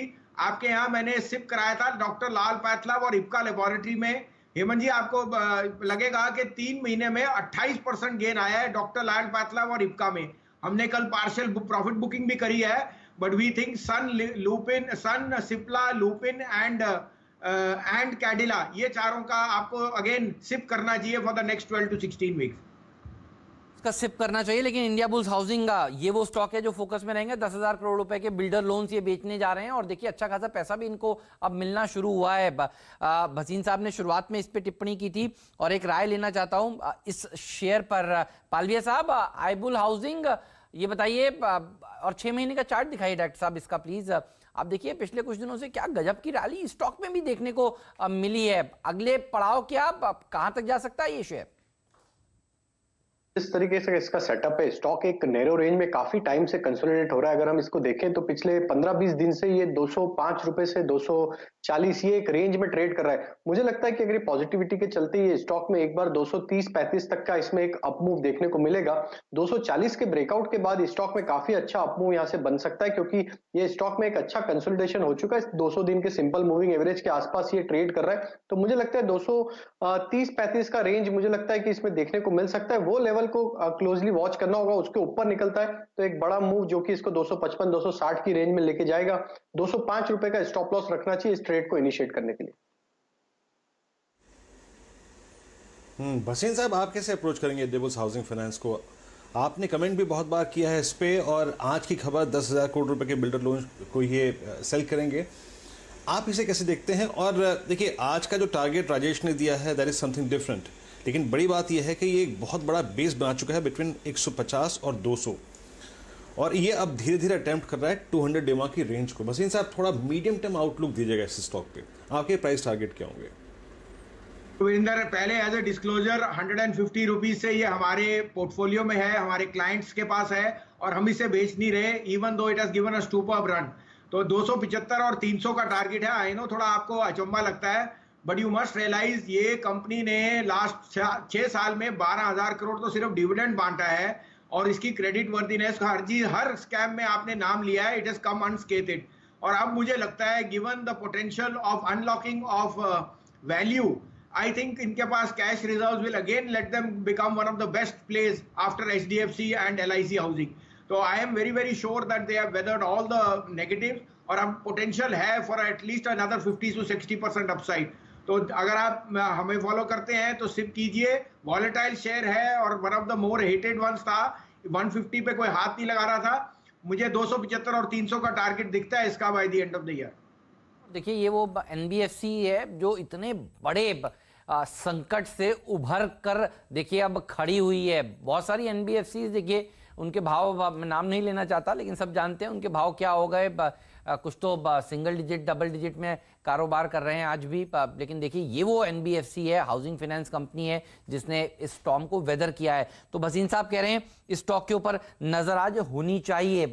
लेकिन भसीन साहब थोड़ी अगले हफ्ते की बात करते हैं, जब सोमवार को आपसे मुलाकात होगी। भसीन साहब सोमवार को भी हमारे साथ होंगे। तो HDFC बैंक के नतीजे आ चुके होंगे, M&M फिनेंस के Q1 के राइट्स इशू के डिटेल्स सामने आ चुके होंगे और M&M फिनेंस ने बहुत बढ़िया प्रदर्शन दिखाया है। लोग जनरली राइट से पहले खरीदते भी हैं शेयर। ये सारी डिटेल्स शनिवार को आ जाएगी। ये बताइए M&M फाइनेंशियल्स पर आपकी राय इस भाव पर, और HDFC बैंक का आपके लिहाज से नतीजे कैसे आ सकते हैं? तो पहले HDFC बैंक लेते हैं। एज अ डिस्क्लोजर ये भी हमारे one of the top large banks में है और हमें कोई इसमें आशंका नहीं कि जो थोड़ी सी अभी आपको दिख रहा है कि some of the officers have been change because of some discrepancy in the auto loan, but ये इतना बड़ा बैंक है sir. I think it will just be a clarification. Results I think will be one of the best, because आप ये लेके चलिए हेमंत जी, उनकी जो लेंडिंग है, एक्टिविटी है, it is back to pre covid level. साथ में कासा रेशियो में उनका सबसे ज्यादा इजाफा हुआ है। तो I see no cause for concern. In fact जो वो अब और कैपिटल रेज करने जा रहे हैं, that will be a buffer. और मुझे लगता है again HDFC bank will regain it's mojo. It will be the number 1 bank. It is the number 1 bank. It will B 1250 का टारगेट है मेरा। और आज के कल के रिजल्ट्स नॉट विथ स्टैंडिंग कोई भी डिप मिले लीजिए, नहीं तो 12 हफ्ते का सिप कीजिए। दूसरा आपने टिप्पणी की थी ऑन M&M फाइनेंस। हाँ, आपको याद है 165 रुपए पे हमने कहा था कि this is the best play, because उनकी जो रूरल इनकम है और rural side lending in tractor and other businesses because of the parent M&M, वो बहुत स्ट्रॉन्ग ट्रैक्शन दिखा रही है। साथ में now the right means they are reinforcing their capital and buffer capital, which again is a positive. Again इसमें भी मैं कहूंगा it is run up from 165 to 205। आप इसमें सिप कीजिए for the next 12 weeks, because of volatility will be your friend and you will be able to make a good base rather than chase the top or the bottom. Wasim साहब ने HDFC bank पे अपना comment किया। HDFC bank का कल का लो बहुत याद रखिएगा इंपॉर्टेंट था, और इवन कोटक का लो बहुत इंपॉर्टेंट था। HDFC बैंक का राजेश कल का लो एग्जैक्टली इसका 100-day एक्सपोनेंशियल मूविंग एवरेज था, जिसको हिस्टोरिकली इस चार्ट ने, इस प्राइस ने, इस स्टॉक ने काफ़ी वेटेज दी है। आप कैसे अप्रोच करेंगे आज के सेशन में? कौन सी ट्रेजेक्टरी तक आए तो फिर लेना चाहिए, और आपके टारगेट्स क्या हैं हायर लेवल्स के? क्योंकि अगर आप इसको पिछले 2 हफ्ते की प्राइस रेंज से कंपेयर करें मिस्टर पालविया, 1132 से लेकर करीब 1033 का रिट्रेसमेंट, 100 रुपये का रिट्रेसमेंट। कल बहुत लोगों ने अच्छी एंट्री करी है, कल काफ़ी अच्छी शॉर्ट कवरिंग भी थी इस स्टॉक में। कैसे अप्रोच करेंगे आप इस स्टॉक को आज के सेशन में? जिस तरीके से इसमें करेक्शन पिछले दिनों में देखने को मिला, स्टॉक एक अच्छे सपोर्ट एरिया जो कि इसका करीब था 1020 के आसपास, उसके आसपास से स्टॉक ने एक बाउंस दिया है। और जिस तरीके से ये बाउंस बना है सपोर्ट लेवल के आसपास, हमें लगता है कि ये स्टॉक में वापस हायर साइड में 1120 1130 तक के लेवल देखने को मिलना चाहिए। लोअर साइड में 1020 काफी इंपॉर्टेंट लेवल है। कोई भी माइनर करेक्टिव एक्शन आती है तो 1020 के आसपास ये स्टॉक आता है तो बिल्कुल बाय करके चलना चाहिए। 1000 रुपए का स्टॉप लॉस होगा स्टॉक के लिए। पहले टारगेट जो हमें लगता है अभी के सेटअप के हिसाब से, कल जो रिवर्स था हमें लगता है कि एक्सटेंड होना चाहिए आज भी, और 1100 और 1120 तक के टारगेट इसमें आते हुए दिखना चाहिए।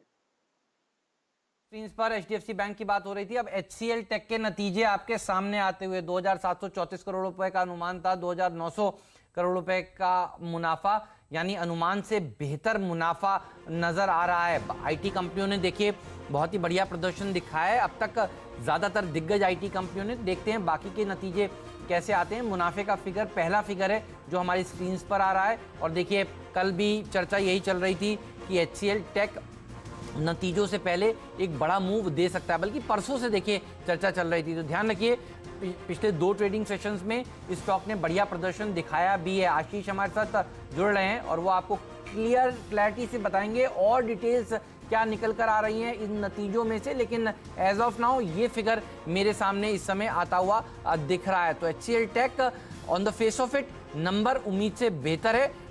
रेवेन्यू का आंकड़ा भी देखिए आपके सामने, 17,800 करोड़ रुपए का अनुमान था। अनुमान के मुताबिक ही डॉलर रेवेन्यू आए हैं और डॉलर रेवेन्यू का फिगर भी दिखाते हैं। 2,360 मिलियन का अनुमान था, अनुमान के मुताबिक ही नजर आ रहे हैं। कांस्टेंट करेंसी ग्रोथ देखिए 7.2% की रही है क्वार्टर ऑन क्वार्टर। तो नंबर्स ठीक दिख रहे हैं, कोई घबराने वाली बात एज सच यहाँ पर नजर नहीं आ रही है। डायरेक्टर साहब बाकी के नंबर्स भी देखिए अब आने लगे हैं आपकी स्क्रीन पर। तो अनुमान के मुताबिक आय आई है और डॉलर रेवेन्यू भी उम्मीद के बिल्कुल मुताबिक ही आई है। तो मुनाफा बढ़िया आया है, ये बात सही है। अब देखते हैं कमेंट्री का फिगर, कमेंट्री के बारे में क्या बात आती है सामने। लेकिन जितने नंबर्स आपके सामने हैं भसीन साहब, आपकी पहली टिप्पणी HCL टेक पर प्लीज बताइए। तो बिल्कुल it is showing you that technology has worked extremely well. 3 चीजें उनके साथ रही है, वीक रूपी, वर्क फ्रॉम होम जहां उनको बहुत फास्ट एडजस्टमेंट हुई, और थर्ड हेमंत जी उनकी बॉटम लाइन में बहुत इजाफा हुआ है बिकॉज ट्रैवल बंद हो गया। उनका मेन कंपोनेंट एक्सपेंस का ट्रैवल होता है। लेकिन यहाँ पे एक थोड़ी सी चेतावनी दूं कि HCL tech has already been an outperformer, 500 से 620 हो गया है। तो a large part of the excellent results are already priced in. तो ये केवियट है कि आज ओपनिंग अगर इसमें होगी you may see profit booking, but again one of the best better run companies और again must be in a portfolio plus but on small correction. बहुत सही कहा आपने। तो बहुत बढ़िया रैली देखी जा चुकी है। आशीष हमारे साथ जुड़ चुके हैं। आशीष बताइए और क्या डिटेल्स आपके हाथ लगे हैं? जहां तक परफॉर्मेंस है, जैसे आप लोग कह रहे थे, जैसी उम्मीद थी वैसे ही परफॉर्मेंस देखने को मिल रहा है। डॉलर आए 7.2% का डिक्लाइन है इस क्वार्टर में क्यू ऑन क्यू। इसको कंपैरिजन दिखाता हूं आपको। इन्फोसिस की डॉलर आए 2% गिरी थी कांस्टेंट करेंसी में, TCS की 6.9% गिरी, विप्रो की 7.5 थी और HCL टेक की 7.2 है। तो जैसे एक्सपेक्टेड था कि दोनों दिग्गजों को छोड़ के बाकियों का जो परफॉर्मेंस होगा थोड़ा सा और वीकर साइड पे होगा, और ये एक्सपेक्टेड था, एंटिसिपेट कर रहा था बाजार, क्योंकि बाकी दोनों के जो मिक्स है इन सबसे बेहतर देखने को मिलता है, तो इसीलिए उनका डिस्ट्रीब्यूशन वाइड स्प्रेड था। तो HCL टेक का जहां तक Q1 का परफॉर्मेंस है बिल्कुल उम्मीद पे सटीक पड़ता हुआ नजर आएगा। अब इंपॉर्टेंट क्या है, इन्फोसिस ने हिम्मत करके गाइडेंस दी और उम्मीद से अच्छी गाइडेंस दी, विप्रो ने नहीं दी। तो क्या ये लोग एटलीस्ट इस बात का कॉन्फिडेंस दिखाएंगे, गाइडेंस देंगे या नहीं देंगे, उस पर स्ट्रीट फोकस करेगा। और अगर गाइडेंस आने वाली है अभी, तो एक्सपेक्टेड है कि रेवेन्यू डिक्लाइन 1 से 4% की बात HCL टेक करेगा। तो यह आंकड़ा ध्यान में रखिएगा। गाइडेंस अगर दी और 1 से 4% से डिक्लाइन से वेरिएशन होंगे तो उस लिहाज से हम लोग रिएक्ट करते हुए नजर आएंगे। अब तक गाइडेंस का कोई आंकड़ा नहीं आया है, तो उम्मीद के मुताबिक है स्लाइटली थोड़ा सा वीकर साइड पे रेवेन्यू परफॉर्मेंस आपको देखने को मिलेगा। लेकिन ठीक है, क्योंकि Q1 की परफॉर्मेंस से ज्यादा वो कमेंट्री इंपॉर्टेंट है। तो एक तो रीइंस्टेट करते हैं कि नहीं करते पूरे साल की गाइडेंस, वो सबसे इंपॉर्टेंट है हमारे लिए। और फ्रेश ऑर्डर्स आपने देखा होगा TCS और इन्फोसिस ने क्या गजब के बैक करे, बहुत स्ट्रॉन्ग डील विंस थी। तो HCL टेक के केस में फ्रेश ऑर्डर्स कितने देखने को मिलेंगे। और एक और बात, इन्होंने काफी लार्ज डील्स बैक करी थी Q4 में, और इन्होंने कहा था कि Q2 से वो डील जो है वो ऑन स्ट्रीम होती हुई नजर आएंगी, वो Q2 से उनका कंट्रीब्यूशन शुरू होगा। तो अब इस कमेंट्री में बड़ा इंपॉर्टेंट होगा ये देखना। अच्छा, अगले तिमाही के लिए गाइडेंस वाइडेंस आ चुकी है, शायद स्क्रीन पे मुझे दिख नहीं रहा है। तो क्यू ऑन क्यू गाइडेंस की बात करें, FY21 गाइडेंस आ गया है, आप लोग जब तक पढ़िएगा मैं नोट डाउन कर लेता हूं। मेरे ख्याल से ये लोग मेरे को दिख ही नहीं रहा है यहां से असल में। हाँ, expect operating margins to be between 19.5% to 20.5% for FY21। तो FY21 की गाइडेंस पहली बात तो देखिए पेश करी है। तो अगर ये लोग सोच रहे थे गाइडेंस ये पेश नहीं करेंगे, तो ऐसा नहीं है। तो ये एक बात और पक्की हो गई कि इन्फोसिस के बाद अब HCL टेक भी गाइडेंस बता रहा है। तो गाइडेंस की डिटेल्स भी आपके स्क्रीन पर अब फ्लैश होनी शुरू होगी। डॉक्टर साहब बाकी सारे फ्लैशेस रोक के केवल गाइडेंस का खबर ही रखिएगा, क्योंकि सबसे इंपॉर्टेंट तो है अब गाइडेंस FY21 की कैसे रहने वाली है। आ गई है हेमंत। हाँ बताइए। और ये अच्छी है, अच्छी है। हाँ। एक तो गाइडेंस दी, पहली बात तो दिखा रहे हैं क्लैरिटी आगे के आउटलुक को लेकर। दूसरी बात मैंने कहा था रेवेन्यू डिक्लाइन एक्सपेक्ट कर रहा है स्ट्रीट 1 से 4% का, दरअसल इन्फोसिस के साथ यहां भी पॉजिटिव सरप्राइज है, 1.5 से 2.5% ग्रोथ की ये कंपनी बात कर रही है। और दूसरी बात, आपने मार्जिन की बात छेड़ी, 19.5 से 20.5% की बात करी, स्ट्रीट एक्सपेक्टेशंस थी 19 से 20% की। तो ग्रोथ के फ्रंट पे और मार्जिन के फ्रंट पे जो गाइडेंस आ रही है उम्मीद से बेहतर है। मेरे ख्याल से ये ज्यादा इंपॉर्टेंट क्यों है आपके लिए HCL टेक के लिहाज से। ये थम्स अप है और हर पैमाने पर थम्स अप है, ध्यान रखिएगा।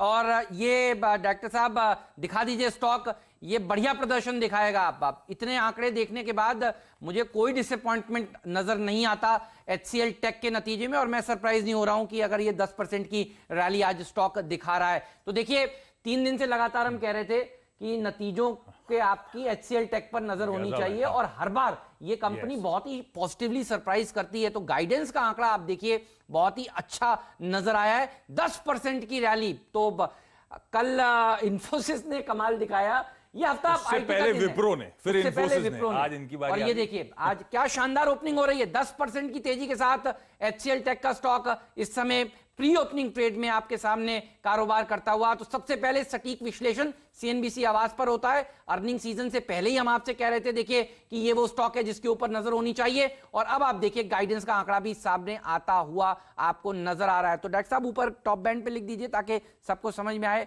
कि नतीजे उम्मीद से बेहतर दिख रहे हैं। तो बढ़िया नंबर्स हैं, और देखिए ये स्टॉक अब मदद करेगा।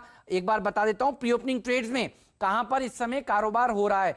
तो 150 पॉइंट ऊपर सेंसेक्स में आपको ट्रेड होता हुआ दिखेगा, और निफ्टी में 50 अंक की बढ़त देखने को मिल रही है, जितना SGX निफ्टी लगभग दिखा रहा था। हालांकि ये प्री ओपनिंग ट्रेड्स हैं, HCL टेक के शेयर को हम सेटल होने देंगे एक बार प्री ओपनिंग ट्रेड्स में। लेकिन और कौन कौन से स्टॉक्स हैं उनके ऊपर जिसके ऊपर फोकस होना चाहिए आपका, तो देखिए TCS भी अच्छा प्रदर्शन दिखा रहा है आज फिर से। आशीष थोड़ी देर में आपको ये भी बताएंगे, क्योंकि अब सारी IT कंपनियों के नंबर्स आ गए हैं, तो पहले पायदान पर कौन सा, दूसरे पायदान पर कौन सा, तीसरे। आशीष जाने वाले थे स्टूडियो से, तो मैंने एक बार आशीष को रोकने की कोशिश कर रहा हूं। ये आशीष आपको थोड़ी देर में बताएंगे प्री ओपनिंग ट्रेड में। आज जैकपॉट स्टॉक नहीं है तो आशीष से हम यही समझ लेंगे, लेकिन देखिए इनके ऊपर आपकी नजर होनी चाहिए। वीरू, अच्छे नंबर साफ तौर पर नजर आ रहे हैं इससे, और इसका रब ऑफ इफेक्ट बाकी की IT कंपनियों पर भी देखने को मिल रहा है।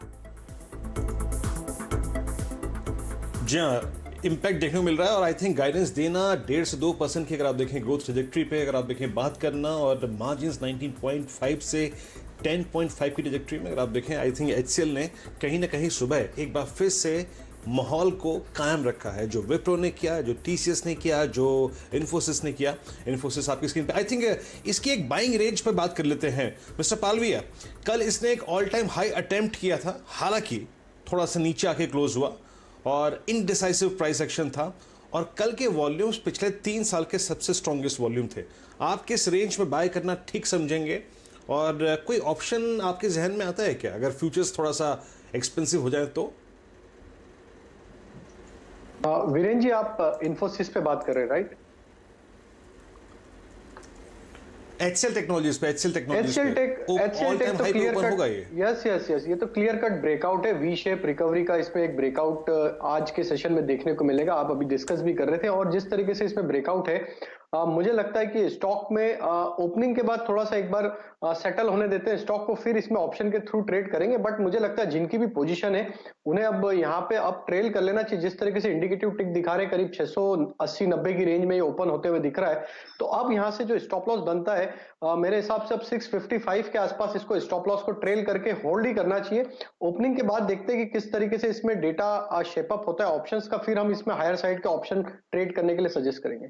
तो प्री ओपनिंग ट्रेड सेटल होने देते हैं, तब तक आशीष से ये समझ लेते हैं कि स्टैक वाइज IT वर्सेस, अब तो सबके आ गए, कौन से कंपनी ने सबसे ऊपर प्रदर्शन दिखाया है ये बताइए, और गाइडेंस के लिहाज से बताइए। ये इम्प्रॉम्प्टू है ना? तो ठीक बात कही आपने, सबके नंबर्स आ गए, टेक महिंद्रा को छोड़ के, खैर छोड़ देते हैं उसको। चारों दिग्गज IT कंपनीज के नंबर्स आ गए। अगर उस नंबर्स के एनालाइज करना है तो मेरे ख्याल सबसे पहले पायदान पे इन्फोसिस है। अब क्यों कह रहा हूं ऐसा, मैं बताता हूं आपको। रेवेन्यू डिक्लाइन था 2% का, स्ट्रीट एक्सपेक्टेशन से कहीं कम, है ना। दूसरी बात, वो ऑल राउंड बीट थी, हर पैरामीटर पे इन्फोसिस ने बीट करा था, और गाइडेंस तो खैर हम लोग जैसे मेंशन कर रहे थे किस तरह की गजब की गाइडेंस इस कंपनी ने दी थी, तो ये कंपनी स्टैंड आउट होती है। अब दूसरे पायदान पे आ जाता है HCL टेक। HCL टेक के साथ एक दो इश्यूज जो दूसरे पायदान पे लेकर आता है, उसके लिए डॉलर आए या कांस्टेंट करेंसी ग्रोथ जो उम्मीद कर रही थी स्ट्रीट, उतनी ही गिरावट देखने को मिली, कोई पॉजिटिव सरप्राइज नहीं था। पर मार्जिन्स में इंप्रूवमेंट है, मतलब मार्जिन्स हम जो एक्सपेक्ट करते उससे कम डिक्लाइन देखने को मिला। प्रॉफिटेबिलिटी का आंकड़ा इसलिए बेहतर आता हुआ नजर आया और गाइडेंस दी, और बाजार उम्मीद से अच्छी गाइडेंस दी, इसलिए दूसरे पायदान पे Q1 परफॉर्मेंस के लिहाज से ये कंपनी। तीसरे पायदान पे विप्रो जाता है, और विप्रो इसलिए जाता है क्योंकि Q1 की परफॉर्मेंस तो वीक थी, पर विप्रो में एक सरप्राइज स्प्रिंग अप हुआ था जब उसने बहुत पॉजिटिव कमेंट्री की बात कर दी, जो एक्सपेक्टेड नहीं था, एंटिसिपेटेड नहीं था विप्रो की तरफ से, और वो बीटन डाउन स्टॉक था। टीसीएस सबसे पहले नंबर्स लेकर आया था और Q1 वीक था, और सबसे बड़ी दिक्कत टीसीएस के साथ थी कि बाजार उम्मीद जो कर रहा था एटलीस्ट ग्रोथ के आंकड़े उससे भी ज्यादा दबाव, बाकी सब आईटी कंपनी उससे बेहतर कर रही थी, टीसीएस ने उससे ज्यादा दबाव दिखाया। पर खैर मैं हमेशा कहता हूं टीसीएस को इन सबसे कंपेयर नहीं करना चाहिए, क्योंकि अलग ही लीग की कंपनी है, साइज के हिसाब से बहुत बड़ा जायंट है। टीसीएस की कोई डिसअपॉइंटमेंट नहीं था, कमेंट्री इनकी भी अच्छी है, पर क्योंकि Q1 का परफॉर्मेंस इवन रेवेन्यू फ्रंट पे भी कमजोर था, इसीलिए चौथे पायदान पे रख रहा हूं, अदरवाइज कोई रीजन नहीं है। ठीक बात है। तो नंबर 1 डॉक्टर साहब दिखाइए, 1 2 3 4 का एक ग्राफिक बनाकर दिखाइए। नंबर 1 अब तक के नतीजे जो आए हैं उसमें रहा है इन्फोसिस, आशीष की ये सटीक एनालिसिस, और नंबर 2 रहा है HCL tech, number 3 Wipro, number 4 Infy, और मैं ये कह रहा हूं आपने जो कहा नंबर 4 माफ कीजिएगा TCS, और नंबर 4 नतीजे आने के बावजूद भी वो स्टॉक बढ़ा था, तो आज ये सेकंड नंबर पे आपने इसे रखा है, तो इसमें तेजी देखने को मिलेगी। लेकिन देखिए हम हमेशा कहते हैं कि मुनाफा वही जो आपके घर में जाए, तो एक बार प्रॉफिट जरूर बुक करिएगा। आप पिछले 3 दिनों से इसमें एक बढ़िया रैली देख रहे हैं, तो प्री ओपनिंग ट्रेड्स को सेटल होने देते हैं, तब तक देख लेते हैं स्टॉक 2020 का एक अपडेट। नीरज और मेरी टीम में कौन कौन से खिलाड़ी शामिल हुए थे, फिर राजेश सतपुते जी बताएंगे एक एक स्टॉक जो दोनों टीम्स में से उनको अच्छा लग रहा है।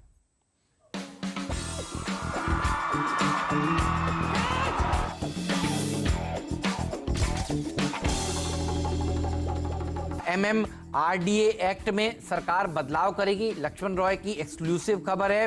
कैबिनेट ड्राफ्ट नोट तैयार हो चुका है और माइनिंग सेक्टर में बड़े रिफॉर्म्स के लिए देखिए ऑर्डिनेंस के जरिए इस रिफॉर्म को लागू किया जाएगा। कैप्टिव और नॉन कैप्टिव माइंस में रिफॉर्म्स किए जा रहे हैं। सरप्लस कोल को बेचने की इजाजत मिलेगी और माइन लीज ट्रांसफर को इजाजत मिलेगी। मुझे लगता है ये सेक्टर जो है आज फोकस में रहेगा, इसलिए माइनिंग सेक्टर से जुड़ी हुई कंपनियों को टीम में शामिल किया है। GMDC, NMDC, जिन कंपनियों के पास माइंस हैं, मॉयल जैसी कंपनी, हिंदुस्तान कॉपर, इनके ऊपर रखिए नजर। और माइनिंग की एक्टिविटी के लिए जो इक्विपमेंट्स बनाती हैं कंपनियां, BEML जैसी, इनके ऊपर भी रखिएगा नजर। डिपेंडेबल का दर्जा एल्फाजियो को दिया है, तो माइनिंग एक्ट शुरू करने से पहले देखिए सेस्मिक सर्वेज होते हैं और ये कंपनी वो काम करती है, तो मुझे लगता है यहां पर फोकस होना चाहिए। और फोकस होना चाहिए अगले हफ्ते पर भी।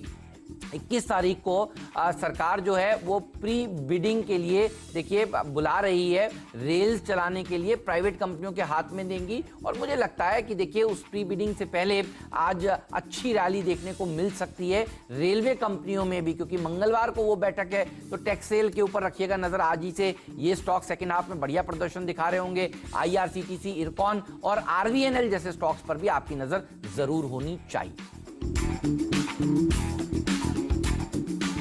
चलिए मेरी टीम में देखिए खरीदारी पे ही पूरा फोकस है, और JSPL, Tata steel, JSW steel जैसे स्टॉक्स जो माइनिंग की खबर के ऊपर हमने चुने हैं, यहाँ पे ध्यान रखिएगा इन सबके पास कैप्टिव माइंस है और उसका ये अब अपने हिसाब से बेहतर इस्तेमाल कर पाएंगे। टाटा पावर में ध्यान रखिएगा, जो मुंदा प्लांट है वहाँ से PPA एग्रीमेंट काफ़ी एडवांस स्टेज में है। हाईकोर्ट के आदेश के बाद जब वो रद्द कर दिया गया था हाइक, उसके बाद से दोबारा से रीनेगोशिएशन हो रहे हैं, तो ये इनके लिए अच्छी खबर है और माइंस की खबर का भी इनको फ़ायदा मिलेगा। बजाज कंज्यूमर ने बहुत ही एक्स्ट्रा ऑर्डनरी बेहतरीन नतीजे पेश किए हैं और मुझे लगता है इसमें अभी रैली बहुत बाकी, क्योंकि अंडर वैल्यूड है स्टॉक, तो यहाँ पे खरीदारी की जा सकती है। अमृतांजन पे भी ध्यान रखिएगा, छोटी FMCG कंपनीज में अच्छी तेजी बनती हुई दिखेगी।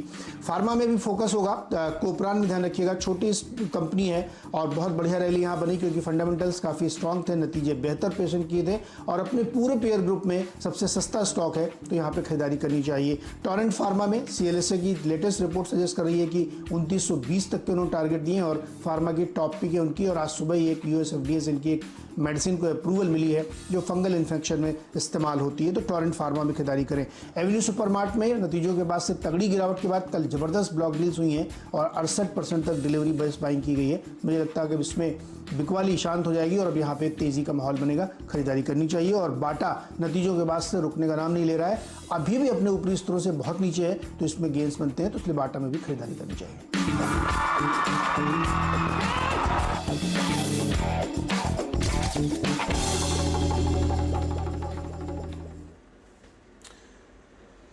तो ये आपने दो टीम्स देखी, हेमंत की और नीरज जी की। और हेमंत की टीम में अगर आप देखें तो माइनिंग, मेटल्स, ये थीम रही है। राजेश, आपकी राय क्या है? मिस्टर सतपुते, हेमंत की टीम में से सबसे टेक्निकली साउंड स्टॉक जिसको आप आज प्रिफर करना चाहेंगे अपनी टीम में पिक करने के लिए, टेक्निकली वो कौन सा स्टॉक होगा? टारगेट क्या होंगे, स्टॉप लॉस क्या होंगे? वीरेंद्र, जैसे मैंने मॉर्निंग में कहा, मेटल सेक्टर में सबसे ज्यादा तेज और सबसे ज्यादा स्ट्रेंथ किसी एक में है, वो है जेएसपीएल। तो जेएसपीएल डेफिनेटली मैं जाऊंगा, जिन्होंने सुबह मिस किया उनके लिए फिर से मैं दोहराऊंगा। ऑप्शंस डेटा यहाँ पे जबरदस्त है, लॉन्ग बिल्डअप है, यहाँ पे कहीं पे भी वीकनेस नहीं है। इनफैक्ट आज का ये शॉर्ट कवरिंग कैंडिडेट होगा जिसका टारगेट 190 प्लस होना चाहिए। 177 इसका कल का क्लोज है, 175 का इसका स्टॉप लॉस होगा। तो ये थी हेमंत की टीम और इसमें से राजेश की टॉप पिक्स। एक बार प्लीज जरा इस स्टॉक के टारगेट्स और स्टॉप लॉस ले आइए। यहाँ पे करीब 190 का टारगेट, स्टॉप लॉस करीब 175 का। बहुत स्ट्रॉन्ग टेक्निकली और बहुत स्ट्रॉन्ग ओआई एक्यूमुलेशन। याद रखिएगा कल मेटल्स में सबसे स्ट्रॉन्ग ओआई एडिशन इस स्टॉक में हुआ था। नीरज जी की टीम में आते हैं। नीरज जी की टीम में अगर आप देखें मल्टीपल थीम्स थी और जैसे कि मैं एवेन्यू सुपरमार्केट का जिक्र कर रहा था, उन्होंने अगर आप देखें रिट्रेसमेंट के बाद जो उसमें ब्लॉक डील्स हुई उसको रिस्पेक्ट दी। एक बार टीम लिखी आइए स्क्रीन पे। और राजेश, आपने आई होप ये टीम भी स्कैन कर ली होगी, इसमें से आपकी प्रेफर्ड पिक क्या रहेगी? इसमें से मेरा जो टॉपिक होगा वो रहेगा मॉइल। मॉइल में देखिए यहाँ पे डिलीवरी बेस्ड वॉल्यूम कल करीबन 40-42% यहाँ पे मार्क हुआ है और सबसे बड़ी बात है ये अपनी इंपॉर्टेंट एवरेजेस को रिस्पेक्ट दे रहा है, वेल अबाउट 200 डे में। और इनफैक्ट यहाँ पे 20 डे में का जो सपोर्ट है करीबन 145 के आसपास, इसको रिस्पेक्ट दे रहा है पिछले 10 ट्रेडिंग सेशन से। अगर पैटर्न की बात करें तो it's a symmetrical triangle formation which is on the verge of breakout. अभी तक ब्रेकआउट हुआ नहीं है, लेकिन ओवरऑल स्ट्रक्चर देख के लगता है कि आज नहीं तो कल इसमें ब्रेकआउट होगा। सो डेफिनेटली मैं यहाँ पे एक लॉन्ग बिल्डअप या लॉन्ग पोजीशन बनाऊंगा। तो MOIL is my buy. Stop loss will be, जो उन्होंने सजेस्ट किया है वो है 145 का, जहाँ पे सपोर्ट है, और एक्सपेक्टेड टारगेट रेंज है 155 का। टेक्निकली मुझे लगता है यहाँ पे अगर ये 148 के ऊपर ट्रेड करना शुरू करेगा तो 155 का टारगेट जो है वो तो हिट करेगा ही, लेकिन स्ट्रॉन्ग पॉसिबिलिटी है कि ये 165 तक भी चलेगा। ऑलराइट, तो एक क्लैरिफिकेशन दे दूं, शायद कुछ ऑडियो में दिक्कत है इस समय। मॉइल मेरी टीम में था राजेश जी, ये नीरज की टीम में नहीं था, और नीरज की टीम में जेएसपीएल था जो आप मेरी टीम में बता रहे थे। तो शायद आपको शायद वीरू की आवाज़ सही नहीं आ रही। वैसे वीरू की आवाज़ में दिक्कत मेरे को यहाँ पर भी नज़र आ रही है। वीरू की ऑडियो लाइन को पैच करिएगा। लेकिन आपको बता दूं और कौन कौन से स्टॉक्स हैं जिनके ऊपर फोकस होना चाहिए। HCL टेक, हम लोग कहते हैं प्रॉफिट बुक करिएगा, लोग देखिए अभी शुरू में ही लग रहा है मुनाफा वसूल करने के लिए देखिए आगे आ रहे हैं, लेकिन नंबर्स अच्छे थे और अच्छे नंबर्स दरअसल इस भाव में हैं, ध्यान रखिएगा। तो इसीलिए अब आप देखिए यहाँ पर प्रॉफिट बुकिंग देखने को मिलेगी आज, ये बात तो पक्की है। और क्या गजब की रैली स्टॉक ने दिखाई थी। लेकिन एक बार देख लेते हैं पूरा ओवरऑल मार्केट खुल कैसे रहा है। तो 10,750 के पास देखिए निफ्टी खुलने की तैयारी कर रहा है और सेंसेक्स करीब 70-75 पॉइंट ऊपर खुलने जा रहा है। तो एक अच्छी शुरुआत भारतीय बाजारों में देखने को मिल रही है। और अब देखिए बीपीसीएल में 2.5% की तेजी देखने को मिल रही है। टेक्सरेल जैसे स्टॉक्स, हाँ रेलवे शेयरों की बात हो नहीं रह गई, स्टॉक 20 की टीम में थे ये, क्योंकि अगले हफ्ते देखिए फोकस होगा इस इवेंट के ऊपर भी। रेल की प्री बिड मीटिंग होने वाली है प्राइवेट प्लेयर्स के साथ, तो रेलवे शेयर्स अच्छे कल परसों चले भी नहीं हैं, तो आज यहां पर नजर होनी चाहिए। टैक्स रेल 8% ऊपर खुलने की तैयारी कर रहा है और बाकी के आरवीएनएल भी देखिए 2.5% ऊपर, इरकॉन 0.25% ऊपर खुलने की तैयारी आज के सत्र में कर रहे हैं। अच्छा, एक स्टॉक और है जिसके ऊपर फोकस होना चाहिए, सेल। और सेल में इसलिए कह रहा हूं क्योंकि ये स्टॉक, भसीन साहब तो बता ही रहे थे आपको, लेकिन देखिए ये स्टॉक एफएनओ के बैन से बाहर आया है। जनरली एफएनओ के बैन से जब कोई शेयर बाहर आता है और पहले से अच्छा प्रदर्शन दिखा रहा होता है तो फिर ये स्टॉक आज आपके रडार पर होना चाहिए। तो इसके ऊपर खुलने के बाद एक बार राय जरूर लेंगे, लेकिन चलिए आपको ले चलते हैं अपनी वॉल की तरफ। मेटल कंपनियों के ऊपर नजर होगी। सेल के अलावा आपको बता दूं एस्कॉर्ट्स भी एफएनओ के बैन से बाहर आया है और इक्विटास भी बैन से बाहर आया है। तो काफी लंबी लिस्ट थी, अब वो शेयर्स देखिए काफी सारे बैन से बाहर आ रहे हैं। और कल एस्कॉर्ट्स चला भी नहीं था, इस स्टॉक के ऊपर भी नजर होगी। टिलर्स वाली खबर के ऊपर देखिए, इसमें कल तेजी नहीं हो पाई थी, तो आज देखते हैं ये स्टॉक देखिए प्री ओपनिंग ट्रेड के बाद अब भारतीय बाजार खुलते हुए करीब करीब 20 अंक ऊपर निफ्टी ने शुरुआत करी है। 10,750 के ऊपर कारोबार कर रहा है। बैंक निफ्टी करीब करीब 50 पॉइंट ऊपर खुला है और सेंसेक्स में भी करीब करीब 100 पॉइंट की तेजी देखने को मिल रही है। अच्छी शुरुआत मानी जाएगी। 0.5% ऊपर मिड कैप इंडेक्स देखिए कारोबार करता हुआ। जेएसपीएल आइए डायरेक्टर साहब और बाकी के मेटल्स के स्टॉक्स दिखाइए। तो जेएसपीएल ये जो माइनिंग लीज वाली खबर है, देखिए 1.5% की तेजी स्टॉक में देखने को मिल रही है। मेटल्स के ऊपर फोकस होना चाहिए। जेएसपीएल 180 रुपए का के आसपास कारोबार कर रहा है। जेएसडब्ल्यू स्टील दिखाइए, सेल दिखाइए, सेल भागेगा आज और इसकी चर्चा हम सुबह से कर रहे हैं। एफएनओ के बैन से भी बाहर आया है और जेएसडब्ल्यू स्टील में भी देखिए 2% की रैली। तो कल की तेजी जो आखिरी सौदा में हमने पकड़ी थी वो भाग रहा है। टाटा स्टील के ऊपर नजर इसलिए भी होनी चाहिए क्योंकि इनकी आज एक बोर्ड बैठक भी है और मेटल सेक्टर के लिए बढ़िया खबर भी है, तो ये स्टॉक भी भागता हुआ। हिंडाल्को में भी 0.5% की तेजी देखने को मिल रही है। सारे के सारे मेटल स्टॉक्स एफएनओ वाले आज बढ़िया प्रदर्शन आपको दिखा रहे हैं। जीएमडीसी दिखाइए और बाकी के माइनिंग वाले स्टॉक्स दिखाइए। देखिए 6% ऊपर जीएमडीसी का स्टॉक इस समय कारोबार करता हुआ। एक स्टॉक है ओएमडीसी, वो भी दिखाइएगा, Odisha mineral and development company. ये सारे के सारे माइनिंग स्टॉक्स देखिए भागते हुए नजर आएंगे। बीईएमएल के ऊपर रखिएगा नजर। ये सारे के सारे स्टॉक्स देखिए आज अच्छा प्रदर्शन दिखा सकते हैं। सीएनबीसी आवास की जो एक्सक्लूसिव खबर है उसके चलते बीईएमएल भी देखिए 1.5% ऊपर कारोबार आपको करता हुआ नजर आ रहा है। अशोक लेलैंड जो आपको भसीन साहब कह रहे थे माइनिंग वाली खबर से, देखिए कमर्शियल व्हीकल्स को भी एक बल मिलेगा। ये स्टॉक भी बढ़िया प्रदर्शन दिखा रहा है। मुनाफे की तैयारी में इस पर चर्चा हुई थी, तो इन स्टॉक्स के ऊपर आगे भी आऊंगा, लेकिन बैंक निफ्टी खुलने के बाद भाग रहा है। ध्यान रखिएगा ये वो पॉकेट है जो बाजार को सहारा दे रही है, तो बैंकिंग स्टॉक्स के ऊपर नजर होनी चाहिए। एचडीएफसी बैंक लाइए जिसकी चर्चा हम कर रहे थे, और एक बार पूरी की पूरी वॉल भी दिखा दीजिए, देख लेते हैं कौन से बैंक्स हैं जो भाग रहे हैं। कल 1040 के आसपास हम आखिरी सौदा में कह रहे थे एंट्री ले लीजिए, आज देख लीजिए भाव क्या है, 1072 का। 1% की मजबूती इस स्टॉक में देखने को मिल रही है नतीजों से पहले। तो नतीजों से पहले ये भाग रहा है, हालांकि कुछ लोग कह रहे हैं नंबर्स ढीले आएंगे, लेकिन बहुत पिट चुका है ये स्टॉक। देखिए मेटल स्टॉक्स में सबसे ज्यादा तेजी देखने को मिल रही है।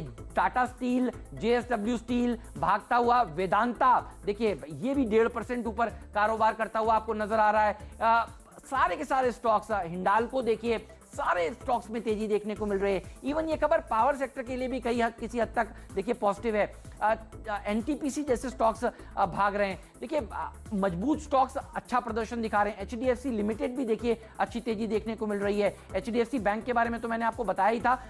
आईसीआईसीआई बैंक देखिए बढ़िया प्रदर्शन आज के सत्र में दिखा रहा है। ध्यान रखिएगा इस पर, ये कल नहीं चला था, तो आज देखिए ये मूव करने की तैयारी आपको कर रहा है। और एसबीआई भी मजबूती के साथ कारोबार कर रहा है। एक्सिस बैंक भी भाग रहा है। तो देखिए बुल्स का पलड़ा भारी होता हुआ, और अच्छी बात यह है आज खुलने के बाद बाजार बढ़ रहे हैं। तो आप देखिए 10,800 के करीब निफ्टी जाने की कोशिश करता हुआ आपको नजर आएगा। और आरआईएल, इस पर नजर जरूर होनी चाहिए। आपको बता दूं एक बहुत ही इंटरेस्टिंग रिपोर्ट आई है नमूरा की, और नमूरा ने इसका जो लक्ष्य है वीरू वो 1900 से बढ़ाकर 2200 कर दिया है। तो इस समय सबसे एग्रेसिव टारगेट अगर किसी एक ब्रोकरेज हाउस का है रिलायंस इंडस्ट्रीज पर, तो वो नमूरा का है। कोटक का जो लक्ष्य था वो 2150 का था, नमूरा ने अब 2200 का लक्ष्य दे दिया है। तो ये स्टॉक देखिए भागता हुआ आपको नजर आ रहा है। आज प्रॉफिट बुकिंग देखने को मिल रही है आईटी शेयरों में। एचसीएल टेक के शानदार नतीजों के बाद यहां पर मुनाफा वसूली, टीसीएस में प्रॉफिट बुकिंग, इंफोसिस में profit booking, tech Mahindra, Wipro में प्रॉफिट बुकिंग। हफ्ते का आखिरी ट्रेडिंग सेशन है, तो ये वो स्पेस है जिसने इस पूरे हफ्ते खूब पैसा बनाकर दिया बुल्स को। अब बुल्स पैसा घर ले जा रहे हैं। तो ध्यान रखिएगा नतीजे अच्छे आने के बाद, आज हम सुबह सुबह भी यही कह रहे थे एनालिसिस में कि नंबर्स बहुत अच्छे आए, लेकिन प्रॉफिट बुकिंग का ये पूरा का पूरा सेगमेंट देखिए तैयार हो जाएगा, क्योंकि इतनी बड़ी रैली इसमें देखने को मिली है। तो अच्छे नंबर्स की उम्मीद थी और अब आप देखिए प्रॉफिट बुकिंग शुरू हो चुकी है। तो ये पूरा स्पेस भाग रहा है और टाटा ग्रुप के स्टॉक्स पर खास तौर पर फोकस होना चाहिए, क्योंकि टाटा स्टील तो दौड़ेगा ही, टाटा मोटर में भी तेजी देखने को मिलेगी। और टाटा के अलावा देखिए टाइटन ये भी भाग रहा है। तो आज टाटा ग्रुप के स्टॉक्स अपनी जो बोर्ड बैठक है वीरू उससे पहले बढ़िया प्रदर्शन दिखा रहे हैं। एल&टी टेक्नोलॉजीज एक और ऐसा स्टॉक है जिसके ऊपर नजर होनी चाहिए, और ये जोर से और फिसलेगा वीरू, और वो इसलिए क्योंकि एक तो पूरा आईटी स्पेस कमजोर, ऊपर से नंबर्स इसके ढीले, तो आप देखिए ये वो स्टॉक है जो मेरे ख्याल में सबसे ज्यादा गिर भी रहा होगा। एक बार दिखाइए डॉक्टर साहब, L&T टेक्नोलॉजीज, इसके नंबर्स आज हम लोगों ने बैड में रखे थे, वैसे अगली में रख सकते थे क्योंकि एक बहुत बढ़िया तेजी इसमें देखने को मिली थी। तो ये देखिए खुलने के बाद ये शेयर फिसलता हुआ आपको नजर आ रहा है, 5.5% नीचे नतीजों के बाद ये शेयर आज गिरता हुआ वीरू। जी हाँ हेमंत, इस वक्त अच्छी बात यह है कि इंडेक्स हायर लेवल को सस्टेन करता हुआ सबसे इंपॉर्टेंट क्लस्टर में निफ्टी आ चुका है 10,790। बैंक निफ्टी डे हाई पर, बस बैंक निफ्टी पे एक लेवल पे नजर रखिएगा 21,840, दैट इज 10 डेमा। लेकिन जैसे कि हेमंत ने कहा कि पिलर्स याद रखिए, पिलर्स हैं, एक तो HDFC it's doing well, day high की ट्रेजेक्टरी में ट्रेड कर रहा है, ये एक अच्छी बात है, और साथ ही साथ रिलायंस का डे हाई की ट्रेजेक्टरी में आना उसके बाद, रिपोर्ट के बाद, ये अच्छी बात है। तो पिलर्स अच्छे हैं, याद रखिएगा। और एक और चीज रखिए, metal sector of the day, SAIL करीब 3.5% ऊपर, टाटा स्टील करीब 3.25% ऊपर, NMDC 2.5% ऊपर, JSW स्टील लगभग 2% ऊपर। तो मेटल्स पूरा का पूरा वाइब्रेंट इस वक्त नाल को लगभग 3.25% ऊपर कारोबार करता हुआ। अच्छा, मन्नापुरम फाइनेंस ये भी कुछ अच्छा कर रहा है, अच्छा मूव यहाँ पे है। बंधन बैंक और कुछ अगर आप देखें, L&T फाइनेंस इसमें स्ट्रॉन्ग मूव नजर आ रहा है। मल्टीपल सेक्टर से मल्टीपल स्टॉक्स आके पार्टिसिपेट करते हुए, लेकिन इस वक्त का अगर आप देखें तो top gainer no doubt SAIL है, 3.5% ऊपर आज का सेक्टर ऑफ द डे, और भसीन साहब की टॉप कॉल थी सेल। ट्रेड पिक करने का टाइम मेरे ख्याल से अभी आया नहीं है, थोड़ा वक्त लेंगे, लेकिन FMCG पे एक बार नजर डालते हैं। प्लीज डायरेक्टर साहब FMCG लेके आइए। लोग डाबर, कोलगेट, पामोलिव सारे के सारे डे हाई की डायरेक्टरी में ट्रेड कर रहे हैं। और एक अच्छी बात मैं यहाँ पे ऐड करना चाहूंगा कि ICICI बैंक, जिसने अब तक पार्टिसिपेट कल के पुलबैक में नहीं किया था, वो भी डे हाई की ट्रेजेक्टरी पे आके खड़ा हो गया। तो ये एक अच्छा पहलू है, याद रखिएगा, बैंक निफ्टी के लिए कि ICICI बैंक डे हाई की ट्रेजेक्टरी में आ रहा है। मिस्टर पालविया, आपकी राय? आई थिंक हमने बहुत सारे लेवल्स की बात करी, बहुत सारे टॉपिक की बात करी, बहुत सारे स्टॉक्स थे उसमें। FMCG, बैंक्स, मेटल्स, आपका पहला रुझान क्या है? किस पे लॉन्ग कमिट करना चाहेंगे आप इन लेवल्स पे? देखिए वीरेन जी, ओपनिंग के बाद जिस तरीके से सेटअप है, बिल्कुल पहला प्रिफर्ड तो मेरा मेटल रहेगा। उसके बाद में बैंकिंग स्पेस में भी जरूर ट्रेडिंग अपॉर्चुनिटी यहाँ से आइडेंटिफाई करने की कोशिश करूंगा। तो मुझे यहाँ से जो स्टॉक मेटल स्पेस में लग रहा है, एक तो टाटा स्टील को आज रडार पे रखना चाहिए। काफी समय के बाद एक कंसोलिडेशन के ब्रेकआउट के ऊपर अब ये ट्रेड कर रहा है, और अगर हम इसमें देखें 350 का लेवल काफी समय के बाद ये लेवल को क्रॉस किया हुआ है। तो टाटा स्टील यहां से एक रडार पे रहेगा, इसको बाय किया जा सकता है। करंट लेवल से 346 का स्टॉप लॉस रखेंगे। इसमें हमें लगता है कि ये 350 के लेवल को अब ये सस्टेन कर लेता अगले 10 मिनट, तो हमें लग रहा है इसमें आज जो टारगेट बनना चाहिए 364 से 368 तक के टारगेट आते हुए दिखना चाहिए। तो ये एक स्टॉक रडार पे रहेगा बाय करने के लिए अभी मेटल पैक से। बहुत बढ़िया आपने कहा है। तो टाटा स्टील ये पहला ट्रेड पालविया साहब की तरफ से बाजार खुलने के बाद आ रहा है, इसके ऊपर जरूर नजर रखिएगा। भाव नोट कर लीजिए, 352 का है इस समय, 353 लोड कर लेते हैं, 353 का है। और मेटल्स में तेजी देखने को मिल रही है। हम आपको बता रहे थे टाटा समूह की बोर्ड बैठक भी है आज, और उस लिहाज से भी ये स्टॉक इंपॉर्टेंट होने वाला है, क्योंकि बोर्ड बैठक में भी देखिए इस कंपनी के लिए अच्छी पॉजिटिव खबरें निकल कर आ सकती हैं।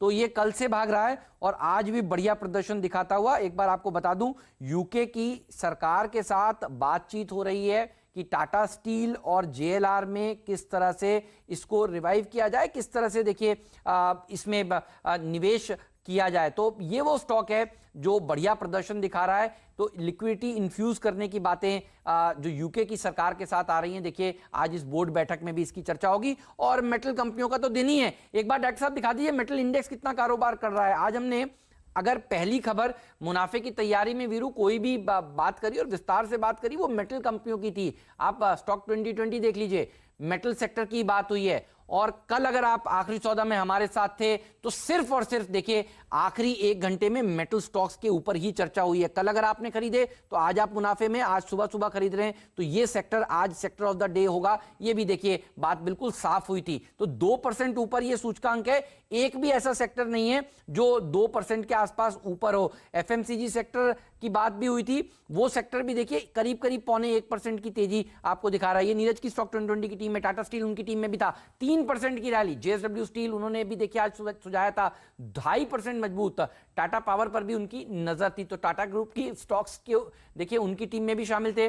और मेरी टीम देखिए हिंदुस्तान कॉपर 7% ऊपर, टेक्सरेल 11% ऊपर, GMDC 4, NMDC करीब करीब 4% ऊपर, और ये मेटल स्टॉक्स ही भाग रहे हैं। मेरे ख्याल में सेल को मिस नहीं करना चाहिए, इससे पहले भाग जाए विरूप, क्योंकि ये स्टॉक आज अच्छा पैसा बनाकर देगा। सेल ये स्टॉक में एक अच्छी रैली देखने को मिल सकती है। तो एक बार मैं इस पर राय लेना चाहता हूं।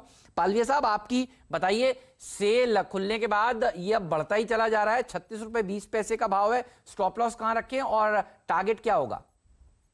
जी बिल्कुल हेमंत जी, पिछली बार भी जब ये F&O बैन से बाहर निकला था, स्टॉक ने एक अच्छी रैली दी थी और 38-39 तक के लेवल दिखाए थे। और जिस तरीके से स्टॉक का फॉर्मेशन है, मुझे लगता है बिल्कुल इसको बाय करके चलना चाहिए। 38-39 तक के टारगेट मुझे लगता है वापस देखने को मिलेंगे। लेकिन ये जिस तरीके से इसका अगर हम शॉर्ट टर्म सेटअप देखें तो ये स्टॉक एक बड़ी तेजी के लिए तैयार हो रहा है और इसका एक बेस फॉर्मेशन ऑलरेडी हो चुका है, जो कि इसका करीब 30 से 32 की रेंज में ऑलरेडी एक बेस फॉर्मेशन हो चुका है। मुझे लगता है इमीडिएट जो ट्रेडिंग के हिसाब से टारगेट होंगे 38-39 तक के होंगे, लेकिन इसको थोड़ा टाइम देंगे तो मुझे लग रहा है ये स्टॉक 45 से 50 रुपीस की रेंज में भी जाता हुआ दिखना चाहिए, क्योंकि एक अच्छा बेस इसमें ऑलरेडी बन चुका है। ये स्टॉक एक बड़ी तेजी के लिए तैयार हो रहा है। सेल ये दूसरा स्टॉक है और मेटल वाला ही शेयर है। देखिए ये सारे के सारे आपको अच्छा प्रदर्शन आज के सत्र में दिखाएंगे, इनके ऊपर आपकी नजर वीरू जरूर होनी चाहिए। और ग्लोबल मार्केट्स में भी देखिए बढ़िया प्रदर्शन देखने को मिल रहा है। एक और स्टॉक है टेक्सरेल, इसको भी ले आइए क्योंकि यह स्टॉक 2020 की टीम में था और मैं देख रहा हूं राजेश सतपुते साहब ये भाग रहा है और ये जब चलता है तो फिर बढ़िया रिटर्न दे देता है। तो कैश मार्केट के स्टॉक्स भी देखिए बढ़िया प्रदर्शन दिखा रहे हैं, 11% ऊपर टेक्सरेल इस समय कारोबार करता हुआ लगाएगा ये 20% का टारगेट। आपको क्या लग रहा है, चार्ट देखकर बताइएगा प्लीज। डेफिनेटली हेमंत, और इसमें इनफैक्ट पिछले 10 ट्रेडिंग सेशन से एक रनिंग करेक्शन मिला है और करेक्शन का लेवल था 32 से लेकर करीबन 23.50। मुझे लगता है आज का दिन, क्योंकि ये गैप से ही खुला है, तो हायर चांसेस है कि ये 20% का सर्किट लगाएगा। तो डेफिनेटली मैं ये इसको रेकमेंड करूंगा। आप स्टॉप लॉस रखें इसका करीबन 25.50 का, और ऊपर में मुझे लगता है हेमंत ये फिर से पोजिशनली 30-31 को टेस्ट करेगा। देखिए टेक्सटाइल अब 15% ऊपर और ये 20 वाला कैंडिडेट है। और देखिए अब मंगलवार को सब लोग बात करेंगे रेल की प्री बिडिंग की बैठक की। हमने स्टॉक 2020 में सुबह ही बात की थी और वीरू सारे स्टॉक्स भाग रहे हैं। टेक्सरेल तो 15% देखिए ऊपर है ही आज, लेकिन बाकी के रेलवे शेयर देखिए सारे दिन के हाईएस्ट लेवल पर कारोबार करते हुए आपको नजर आ रहे हैं। तो टेक्सरेल 20% वाला कैंडिडेट है और ये चिपक जाएगा आराम से। तो 2020 देखिए जो लोग सुबह उठकर देखते हैं और गैप अप में भी खरीदा तो भी आप देखिए ये स्टॉक आपको इस समय भागता हुआ नजर आ रहा है। तो टेक्सरेल ये तीसरा स्टॉक और यहां पर भी तेजी की राय। लेकिन राजेश सतपुते जी आपका ट्रेड तो दीजिए, मार्केट खुलने के बाद आपको क्या सबसे बढ़िया लग रहा है? मुझे लगता है आज सबसे बढ़िया जो है वो है हिंदुस्तान लीवर, और इसमें फ्रेश ब्रेकआउट मिला है। हर लेवल से हर लेवल पे ये अपने रेजिस्टेंस को निकाल के ऊपर जा रहा है। तो मुझे लगता है आज हिंदुस्तान लीवर का दिन रहेगा। 2308 करंट प्राइस है, मेरा स्टॉप लॉस होगा 2275 का। दिन के लो है 2270, मैंने 2275 का स्टॉप लॉस रखना है। और ऊपर में मुझे लगता है आज का इसका पहला टारगेट रहेगा 2355 का। 2355 के बाद ये 2410 तक जाएगा। चलिए, तो ये आपकी एक्चुअल पर आया है और वाकई हेमंत मैं दो चीज़ देखा था। मैं डेरिवेटिव के प्रोस्पेक्टिव्स देखा था कि बाजार में क्या हो रहा है। याद रखिएगा आज पूरे बाजार में सबसे स्ट्रॉन्ग ओआई एडिशन अगर कहीं पर है इंडेक्स को छोड़ के तो वो है मेटल स्पेस। मैं एक बार क्लासीफाई कर देता हूँ, उसके बाद मैं ट्रेड्स लेना शुरू करूंगा। सेल टॉप ओआई गेनर है 10% और उसके बाद सेकेंड टॉप ओआई गेनर जो है वो है जिंदल स्टील 6% और तीसरे पायदान पे है टाटा स्टील। तो इस वक्त बहुत स्ट्रॉन्ग ओआई एडिशन है आपका मेटल्स में। फिर आता है एफएमसीजी में करीब 1% ओआई एडिशन और यहाँ पे सबसे स्ट्रॉन्ग एडिशन एचयूएल में है। और उसके बाद आता है डाबर। एक बार दोनों ही इंडेक्सेस ले आइए स्क्रीन पर। याद रखिएगा निफ्टी मेटल इंडेक्स जो है वो पिछले 4 महीने के हाईस को क्रॉस करने की तैयारी कर रहा है और एफएमसीजी इंडेक्स ऑलमोस्ट 4 महीने के हाईस पे है। मैकडॉवेल्स, डाबर, साथ ही साथ एचयूएल डी है की ट्रैजेक्टरी में है। राजेश जरा मिस्टर पालविया आपकी राय जरा एक बार डाबर पे देखिएगा। डाबर आई थिंक यस ये आ चुका है मई जून जुलाई के हाईएस्ट लेवल्स पे। आज इसका हाईएस्ट लेवल था डाबर को कैसे अप्रोच करेंगे आप? 492 फ्यूचर बाय करना चाहिए क्या इसका? अच्छा, एक थॉट और प्लीज इसकी, क्योंकि ये एट द मनी पे है, जरा इसकी डाबर की फ्यूचर रखिएगा और ऑप्शन रखिएगा। ट्रेड कर रहा है करीब करीब 11 रुपए 10 पैसे के आसपास। Dabur at the money future और एट द मनी कॉल 500 की कैसे लगती है आपको मिस्टर पालविया? बिल्कुल वीरेंद्र जी, डाबर पे बुलिश कॉल है और सुबह मैंने पिक ऑफ द डे में भी आज इसको रिकमेंड किया था और मुझे लग रहा है कि ये स्टॉक में जिस तरीके का फॉर्मेशन है 505 510 तक के टारगेट तो बहुत जल्द इसमें आते हुए दिखना चाहिए। आपने जो 500 रुपए की जो कॉल ऑप्शन को जिक्र किया, बिल्कुल ये भी करंट लेवल से बाय किया जा सकता है। 11 रुपए के आसपास ट्रेड कर रहा है। इसमें जिस तरीके का सेटअप है, मुझे लग रहा है कि ये स्टॉक में जो एक ब्रेकआउट हुआ है ऑलरेडी, अब इसमें एक रैली ड्यू है जो कि इसमें बहुत जल्द इसमें आते हुए दिखेगी डाबर में। तो मुझे लग रहा है ये कॉल ऑप्शन के 18 रुपए से 22 रुपए तक के टारगेट आते हुए दिखना चाहिए। करंट लेवल से बिल्कुल बाय करें और इसमें 7 रुपए का स्टॉप लॉस रख रहे। 18 से 22 रुपए तक के टारगेट 500 रुपए की कॉल ऑप्शन में डाबर में देखने को मिलना चाहिए। ठीक है, तो डाबर आपको पसंद है? डाबर कल से हम लोग चर्चा कर रहे हैं, डाबर में एक अच्छी तेजी देखने को मिलेगी, ये राय बिल्कुल साफ है। और देखिए ये स्टॉक अब पैसा बनाकर आपको अच्छी तरह देने वाला है। डाबर, इस शेयर पर आपका फोकस जरूर होना चाहिए। और सुबह भी देखिए आज इसकी चर्चा हुई थी, तो जो स्टॉक्स की चर्चा हुई थी एक बार फिर से आपके सामने रख देता हूं, क्योंकि मुझे लग रहा था आज सेल का दिन है। भसीन साहब भी देखिए सुबह कह रहे थे। अब आप देखिए ये शेयर 6% ऊपर है, तो सेल भागता हुआ नजर आ रहा है। सेल में अब आप देखिए और बढ़िया रैली देखने को मिल रही है। एनएमडीसी 4% ऊपर है और ये सब एफएनओ वाले स्टॉक हैं। तो लक्ष्मण रॉय की एक्सक्लूसिव खबर की पावर आप खुद समझ रहे हैं। आप देखिए क्या गजब की रैली देखने को मिल रही है। टॉप अगर आप 10 एफएनओ गेनर्स देखें तो उसमें आपको नालको नजर आएगा, टाटा स्टील नजर आएगा, सेल नजर आएगा, एनएमडीसी नजर आएगा। तो 10 में से जो 4-5 स्टॉक्स तो देखिए दरअसल मेटल कंपनियां ही हैं। और अगर आप टॉप 10 में जाएंगे तो फिर टॉप 10 के थोड़ा नीचे जाएंगे तो उसमें आपको जेएसडब्ल्यू स्टील भी दिखेगा। तो बढ़िया रैली देखिए देखने को मिल रही है और टाटा स्टील धीरे धीरे करके स्लोली देखिए ऊपर की तरफ भागता हुआ आपको नजर आएगा और ये वो स्टॉक है जो बढ़ रहा है। अच्छा, हमने अभी थोड़ी देर पहले बात की थी टैक्स रेल की। डायरेक्टर साहब दिखाइए, मेरे ख्याल में 20% का लग गया वहां पर अपर सर्किट। तो 20% का अपर सर्किट टैक्स रेल में लग चुका है। तो सर्किट गुरुजी बधाई आपको। आपने कहा ये लगेगा, देखिए आज 20% वाला दिन है तो अब यहां पर देखिए 20% का अपर सर्किट लगता हुआ। अब मयूरेश जोशी जी को भी जोड़ते हैं एक्शन, क्योंकि यहां से और बढ़ेगा। मयूरेश जी बताइए, आपने कैसे रीड किया मार्केट की ओपनिंग को? 11,000 के करीब हम जा रहे हैं, 10,800 के आसपास कारोबार हो रहा है। Good morning. Morning Hemant ji, morning Viru ji. नहीं बिल्कुल, I think markets buy on dips का ही मार्केट है और जैसे अनलॉक 2 की जो थीम आवाज चला रही है और जैसे आई थिंक मार्केट में एक स्ट्रॉन्ग बेस बन रहा है, आई थिंक मार्केट बहुत ज्यादा क्रैक नहीं हो रहा है और बाइंग दिख रही है। और जो आई थिंक थोड़े बहुत मैक्रो पैरामीटर्स भी है, अगर आप ट्रेड सरप्लस की बात करें तो पॉजिटिव आया था $0.8 बिलियन। जो e way bills Hemant ji I think issue हुए हैं जून महीने में, I think are far better than what were issued in the past 3 months because of the lockdown obviously, but बहुत बेहतर है। अनएम्प्लॉयमेंट हैज कम डाउन, तो कहीं ना कहीं आई थिंक इकोनॉमी पटरी पे आ रही है। वॉलेटिलिटी बिल्कुल रहेगी मार्केट पे, पर 11,000 का जो लक्ष्य है मुझे लगता है अभी भी हासिल हो सकता है। दूसरा I think in terms of stocks and sectors itself, तो आपकी जो थीम है आज की आई थिंक मेटल्स माइनिंग, यहाँ पे आई थिंक सरकार का बहुत ज्यादा फोकस है, क्योंकि अगर आप फाइनेंस मिनिस्टर साहिबा को भी सुने, not just in the previous packages that delivered but infrastructure spending, इस पे जबरदस्त फोकस दिया जा रहा है एंड माइनिंग और इंफ्रास्ट्रक्चर के रिफॉर्म्स आना लाजमी है। इसलिए I think all stocks related to mining, जैसे आप बात कर रहे थे, आई थिंक जबरदस्त चलेंगे ही, but within that pack itself मुझे लगता है आई थिंक BEML एक बहुत बड़ा डार्क हॉर्स हो सकता है। स्ट्रॉन्ग ऑर्डर बुक है, सारे सेगमेंट्स में एग्जिस्टेंट है जो इंफ्रास्ट्रक्चर रिलेटेड है, कंस्ट्रक्शन एक्टिविटीज हो, माइनिंग हो, डिफेंस हो, और ये तीनों क्षेत्रों पे आई थिंक गवर्नमेंट का फोकस है और जहाँ पे गवर्नमेंट की मैक्सिमम स्पेंडिंग आएगी। तो हाईली अंडरवैल्यूड स्टॉक है, potential from an earnings and revenue growth काफी जबरदस्त है।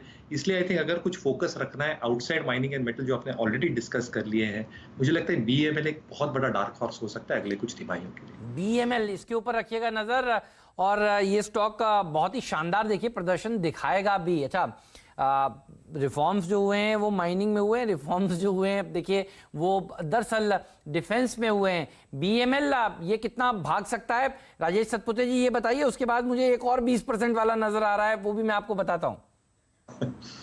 इसका आज at present it is at 630, इसमें भी एक रनिंग करेक्शन हुआ है 670 से लेके करीबन 600 तक, और आज ये गैप से खुला है। मुझे लगता है हेमंत इसका आज का पहला टारगेट होगा 660। जैसे 660 निकलेगा उसके बाद 684 तक की यहाँ पे जगह होगी। Max it can go up to 700 mark. तो मेरे हिसाब से at this level risk to reward बढ़िया बैठता है बीएमएल में। आपका स्टॉप लॉस जो है वो रहेगा 625 का। इसमें भी तेजी होगी और ये रेलवे सेक्टर के साथ जुड़ी हुई कंपनी भी है। और देखिए आज दिन ही रेलवेज का है, तो बीएमएल में ये तीनों मिश्रण है। रेलवे कोचेस के कामकाज में भी करती है कंपनी, माइनिंग के लिए भी ये करती है कंपनी, और डिफेंस के लिए भी करती है। तो ये बहुत बढ़िया आपने बताया मयूरेश जी, आपको ये शेयर पसंद है, मेरे भी दिल के बहुत करीब है और बहुत अच्छा प्रदर्शन इस स्टॉक ने दिखाया भी है। 400 सवा 400 के लेवल से मैंने देखा बहुत ही अच्छी रैली इसमें देखने को मिली, और उसके बाद थोड़ा बहुत प्रॉफिट बुकिंग यहाँ पर बनी है। 6 महीने का चार्ट दिखाइए डायरेक्टर साहब एक बार बीएमएल का, क्योंकि इस स्टॉक ने अच्छा बढ़िया प्रदर्शन पिछले कुछ हफ्तों में दिखाया। लॉकडाउन के समय में अच्छे खासे ऑर्डर्स भी इनके हाथ लगे। अब कुछ लोग कहते हैं ऑर्डर्स एग्जीक्यूट हो पाएंगे नहीं हो पाएंगे, तो देखिए लेकिन ये वो स्टॉक है जिसने डिप में अगर खरीदा तो क्या गजब की रैली देखने को मिली है। तो बढ़िया प्रदर्शन इस शेयर ने दिखाया है। लेकिन टेक्स मैको इंफ्रा दिखाइए, इससे पहले ये देर हो जाए। आज रेलवे शेयरों का दिन है, टेक्स रेल के बाद टेक्स मैको इंफ्रा, इसको दिखाइए। ये अब 9.5% ऊपर हो चुका है, और यहां पर भी देखिए रैली देखने को मिल रही है। ये देखिए बढ़ता हुआ, इस पर राय दीजिए। क्या आपके लेवल्स हैं जिनके ऊपर नजर होनी चाहिए? पहले मैं जरा एक बार ये देख लेता हूं इसमें सर्किट फिल्टर कितना है, 10 वाला है या 20 वाला है, क्योंकि आजकल सर्किट फिल्टर राजेश जी कई शेयरों के दरअसल 10% के कर दिए गए हैं। तो मेरे ख्याल में 10 वाला ही स्टॉक होना चाहिए। ये आप देखकर बताइएगा टेक्स मैको इंफ्रा, क्योंकि इसमें भी एक अच्छी रैली देखने को मिल रही है। रेलवे शेयरों में बढ़िया प्रदर्शन, हाँ 10% का ही है। तो यहाँ पे तो सर्किट लग गया। वीरू आप कुछ ढूंढ कर बताइए, इसमें तो पहले ही सर्किट लग गया है। हेमंत, कल हमने क्लोजिंग में 2 ट्रेड्स पिक किए थे, याद रखिएगा। एशियन पेंट्स जो कि आपने मार्क किया था, अब वो कल के जो मैं बात कर रहा था ना कि कैंडल रिवर्स हुई है, डे हाई की ट्रैजेक्टरी में है 1718 पे। क्लोजिंग पे याद रखिएगा हमने ट्रेड लिया था। हमने अभी ली थी डाबर की कॉल 11 रुपए पे, वो आ गई है अब 13 रुपए 65 पैसे पे। तो अब आपको वहां पे अच्छा खासा प्रॉफिट मिल रहा है। मैं एक ट्रेड और लाता हूं, आई थिंक जो मेरा कन्विक्शन का ट्रेड है, और वो है ग्लेनमार्क। मैंने आशीष से कल क्लोजिंग में पूछा भी था क्या है ग्लेनमार्क में दिखाई, क्योंकि पूरा का पूरा फार्मा जो है वो अब डे हाई की ट्रैजेक्टरी पे आके खड़ा हो गया है। ग्लेनमार्क में आज 200 डेमा को नीचे से ऊपर की तरफ काट रहा है 100 day exponential moving average. Mister Palvi आप देखिए आज इसका दिन हो सकता है, क्योंकि ये डाउनवर्ड स्लोपिंग चैनल जो है ऊपर की तरफ कट रही है 10 डेमा 20 डेमा के ऊपर, और ये पॉजिटिव क्रॉसओवर। एक तो इस बताइए फ्यूचर लेना चाहिए क्या? बेहतरीन स्टॉक, कॉम्बिनेशन अच्छा है, और इसकी 440 की कॉल देखिएगा, 430 की, इनफैक्ट मेरे ख्याल से 440 दूर की हो जाएगी। 430 की कॉल देखिएगा। डायरेक्टर साहब प्लीज, मेरे पास उसका प्रीमियम नहीं है, 430 की कॉल लेके आइए इसकी। राजेश कैसे अप्रोच करेंगे इस ऑप्शन ट्रेड को आप? नहीं, बिल्कुल वीरेंद्र जी इसको बिल्कुल बाय करेंगे, और जैसा आपने बिल्कुल राइटली पॉइंट आउट किया है कि डाउन स्लोपिंग चैनल को ये ब्रेकआउट कर रहा है, और ये स्टॉक जब जिस तरीके से ये स्टॉक में ये चैनल ब्रेकआउट होते हैं तो बिल्कुल एक अच्छा रनअप इसमें स्टॉक्स में देखने को मिलना चाहिए। तो मेरे हिसाब से बिल्कुल 430 की जो कि करीब चल रही है 25 रुपए के आसपास कॉल ऑप्शन, वो भी बाय किया जा सकता है। करंट लेवल से फ्यूचर भी बाय कर सकते हैं। इसमें जिस तरीके से सेटअप है मुझे लग रहा है 427 के आसपास स्टॉप लॉस रख लें, और इसमें जो टारगेट आना चाहिए 445 से 450 तक के टारगेट आते हुए दिखना चाहिए। तो ग्लेनमार्क बिल्कुल करंट लेवल पे बाय करना चाहिए। पैटर्न ब्रेकआउट को बिल्कुल यहाँ पे इनकैश करना चाहिए, और यहाँ पे आज 445 450 तक के टारगेट आना चाहिए। ठीक बात है। तो आप ग्लेनमार्क की बात कर रहे हैं। अच्छा, मैं देख रहा हूँ वीरू रेलवे के सारे स्टॉक, आप सिमको में भी देखिए 5% का सर्किट लग गया। आरवीएनएल लाइए, ये स्टॉक भी दिखाइए। ये शेयर भी स्टॉक 2020 में सुबह सुबह सुझाया गया था, और देखिए यहां पर भी रैली देखने को मिल रही है। 6% ऊपर ये स्टॉक इस समय ट्रेड करता हुआ नजर आ रहा है। इरकॉन दिखाइए। इरकॉन इस समय करीब 4% की रैली दिखा रहा है। बीएमएल में तो तेजी है ही, सारी रेलवे कंपनियां आज बढ़िया प्रदर्शन दिखा रही हैं, और स्टॉक 2020 में आज हम सुबह सुबह यही कह रहे थे। इरकॉन के ऊपर राय ले लेते हैं। इरकॉन कैसा लगता है आपको? चार्ट्स पर देखकर बताइए पालविया साहब, ये क्या भागेगा? टैक्स रेल की तरह और टैक्स मैको इंफ्रा की तरह, दोनों में एक में 10% का सर्किट और दूसरे में 20% का सर्किट लगा है। देखिए हेमंत जी, आपने थीम तो बिल्कुल पकड़ ली है और अब जो भी स्टॉक इस थीम से रिलेटेड रहेंगे, बिल्कुल एक बाइंग इंटरेस्ट तो उनमें देखने को मिलेगा ही। और इरकॉन में भी जिस तरीके से एक रिवर्सल देखने को मिला, ऑलमोस्ट स्टॉक ने अगर हम देखें तो इसके 100 डे सिंपल मूविंग एवरेज के आसपास से सपोर्ट लेके बाइंग एक्शन दिखाया है। तो मुझे लग रहा है बिल्कुल ये स्टॉक को भी बाय करके चलना चाहिए, क्योंकि स्टॉक में एक मल्टीपल बेस के आसपास से स्टॉक ने एक बाउंस दिया है। मुझे लग रहा है यहाँ पे इसमें टारगेट जो आना चाहिए वो 95 से 98 तक के टारगेट आना चाहिए। करंट लेवल से 89 रुपीस का स्टॉप लॉस रखे, 98 तक के टारगेट बिल्कुल इसमें देखने को मिलना चाहिए। इवन आरवीएनएल देखिए, ये सारे स्टॉक्स में तेजी है। तो रेलवे शेयर सुबह 7:30 बजे स्टॉक 2020 में मैंने आपको सुझाए थे और कहा था कि ये वो सेक्टर है जो मेटल्स के अलावा आज बढ़िया प्रदर्शन दिखाएगा। तो आप देखिए पूरी टीम में आपको शुरुआत में दिख रहे थे ये मेटल का और माइनिंग कंपनियां, और उसके बाद आखिरी में देखिए आपको दिखी ये सारी की सारी रेलवे कंपनियां, और सब में रैली देखने को मिल रही है। आरवीएनएल पर भी एक राय दीजिए सतपुते जी। आज कैश मार्केट का दिन है और ये मैं इसलिए कह रहा हूं क्योंकि आप देखिए सेंसेक्स निफ्टी 0.5% ऊपर, मिड कैप इंडेक्स है 1% ऊपर। जनरली जब इसके उलट होता है तो हम आपको लार्ज कैप्स बता रहे होते हैं, लेकिन आज मिड कैप्स का दिन नजर आ रहा है। मिड कैप इंडेक्स देखिए क्या भाग रहा है, एक गिरने वाले शेयर के सामने 2 बढ़ने वाले शेयर हैं। एडवांस डिक्लाइन रेशियो आपको सुझा रहा है। तो आज तो मिड कैप्स का ही दिन है। आरवीएनएल के लिए अगला पड़ाव बताइए। में 20% का सर्किट लगेगा, वो करीबन 22 साढ़े 22 के आसपास है। At a level of 20 yes buy करना चाहिए, ट्रेडिंग बेट तो लेना चाहिए। सामने स्टॉप लॉस होना होगा 19.5 का।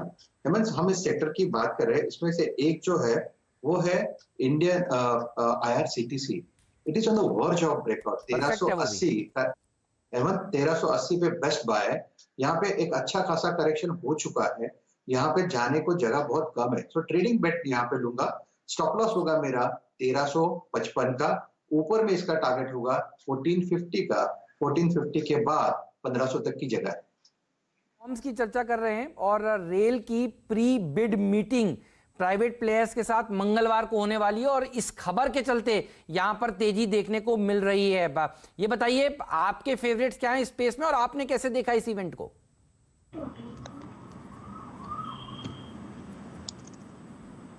मयूरेश सर, आपकी राय रेलवे शेयरों पर इस बैठक से पहले? सॉरी हेमंत जी, मुझे सुनाई नहीं दिया।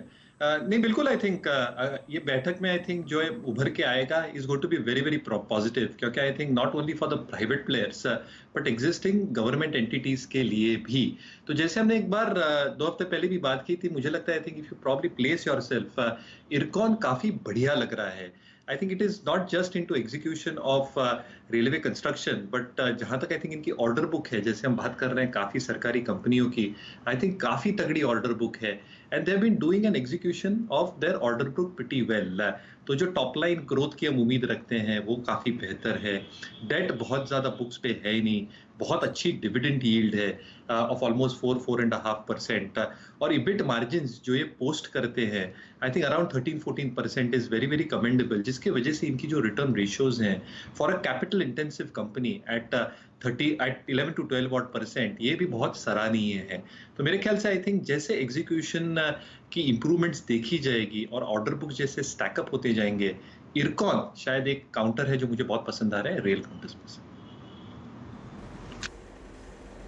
ओके, तो रेलवे स्टॉक्स जो है आज मेटल्स माइनिंग के बाद हेमंत की आज टीम में थे सारे के सारे। अगर आप देखें ये डे हाई की ट्रैजेक्टरी में एक बार पूरी की पूरी बास्केट लेके आइए रेलवे स्टॉक्स की, और उसके बाद सारे वो ऑप्शंस लेके आइए जो सुबह से हमने आज बात की है, सारे के सारे डे हाई पर आ चुके हैं। इरकॉन आपकी स्क्रीन पे 9230 पे, और प्लीज़ रेलवे स्टॉक्स की पूरी बास्केट लेके आइए क्योंकि अच्छा मूव दिया है इसने। और क्योंकि मिड कैप्स में अगर आप देखें ये थीम जो है काम कर रही है। टेक्स में को रेल करीब 20% ऊपर है 2885 के रेंज में, आरवीएनएल करीब 0.8% ऊपर। तो रेलवे स्टॉक्स सारे के सारे डे हाई पर हैं। अच्छा, अब आते हैं एक बार फिर से वो औरों की कॉल, ग्लेनमा की कॉल दिखा दीजिएगा, डाबर की कॉल दिखा दीजिएगा। अब थोड़ा सा हटते हैं एफएमसीजी से, दूसरे स्पेस पे आते हैं जो अच्छा कर रहा है, उसमें है टू व्हीलर स्पेस। ज़रा प्लीज़ दिखे आइए। जब मैं बात करूँ ना प्लीज़ डायरेक्टर साहब और इनफैक्ट मयूरेश राजेश, उस पर कोई कॉल जरूर ऐड कर दिया कीजिए क्योंकि लोग ऑप्शन भी ट्रेड करते हैं। लुक एट हीरो मोटोकॉर्प, ये है 2711 और पूरी की पूरी चैनल काट के, स्लोपिंग चैनल काट के इसने कल क्लोजिंग दी थी। आज इसको प्राइस कंफर्मेशन देना था कि मैं उस ट्रेजेक्ट्री के ऊपर जाता हूं कि नहीं। अब ये आ चुका है हीरो मोटोकॉर्प डे हाई पर। रेस्ट ऑफ द डे के लिए आप इसे कैसे अप्रोच करेंगे, ट्रेलिंग स्टॉप लॉसेस, टारगेट क्या होगा, और अगर कॉल जोड़नी है तो क्या इसकी 2750 की कॉल वो भी स्क्रीन पर दीजिएगा डायरेक्टर साहब। क्या अप्रोच करना चाहिए इसको? अच्छा सेटअप है इसका। जी, ये टू व्हीलर स्पेस में काफी अच्छा इसका सेटअप है और एक आउट परफॉर्मर रहा है ये स्टॉक। जिस तरीके से सेटअप है, अगर हम इसका डेटा देखें पिछले 3-4 दिन में काफी अच्छा इसमें बाइंग इंटरेस्ट देखने को मिला। मुझे लग रहा है बिल्कुल बाय करके चलना चाहिए। स्टॉक 2840 की रेंज में जाते हुए दिखना चाहिए। करंट लेवल से जो इसका फ्यूचर के हिसाब से स्टॉप लॉस बनेगा वो करीब बनेगा 2680 के आसपास। ऊपर में टारगेट होंगे फ्यूचर के 2770 के आसपास। कॉल ऑप्शन जो हम बाय करेंगे यहाँ पे 2750 की, वो करीब ट्रेड कर रही है अभी 68-69 के आसपास, इसको बाय करेंगे। और जिस तरीके से हमें फ्यूचर में टारगेट लग रहा है यहाँ से 40 से 50 रुपए का अपसाइड आना चाहिए, तो इस ऑप्शन में 85 से 90 रुपीज तक के टारगेट आते हुए दिखना चाहिए during the day. Current level से इस ऑप्शन का जो स्टॉप लॉस रखना चाहिए वो 60 रुपीज का रखना चाहिए। आपने बताया आप, तो देखिए इसके ऊपर नजर होनी चाहिए। अच्छा पालविया साहब, एक ऑब्जर्वेशन है मेरी, आप भी देखिएगा। आज जितने आपके एफएनओ के शेयर हैं टाटा ग्रुप के, वहां पे ओपन और लो बिल्कुल सेम है। आप देखिए टाटा पावर 47 रुपीज 35 पैसा खुला, 47 रुपीज 35 पैसा आज का लो, दिन के हाईस पर 2.5% ऊपर रहा। टाटा मोटर 103 रुपए 50 पैसे का लो है, लगभग वहीं खुला। टाटा केमिकल 298 का लो है, 298.25 पैसा, वही ओपन है वही लो है। और टाटा कंज्यूमर 412 रुपए 70 पैसे पर खुला, वही लो है। तो आज इस स्पेस में गजब की एक्शन देखने को मिल रहा है। इवन टाटा स्टील भी जो आप बता रहे थे 346 का ओपन है, 345.85 लगभग वही लो है, और उसके बाद भाग रहे हैं। तो एफएनओ में इस ओपन लो का जरा अर्थ भी लोगों को समझाइए, थोड़ी लर्निंग भी हो जाए। और ये बताइए, क्या आपको लग रहा है टाटा पावर, क्योंकि सबसे छोटी टिकट साइज का शेयर है और ट्रेडर्स आज देखिए मिड कैप्स में एक्टिव हैं, तो क्या ये चल सकता है, या अगर कोई और टाटा ग्रुप का स्टॉक आपके रडार पर आया हो तो वो बताइएगा।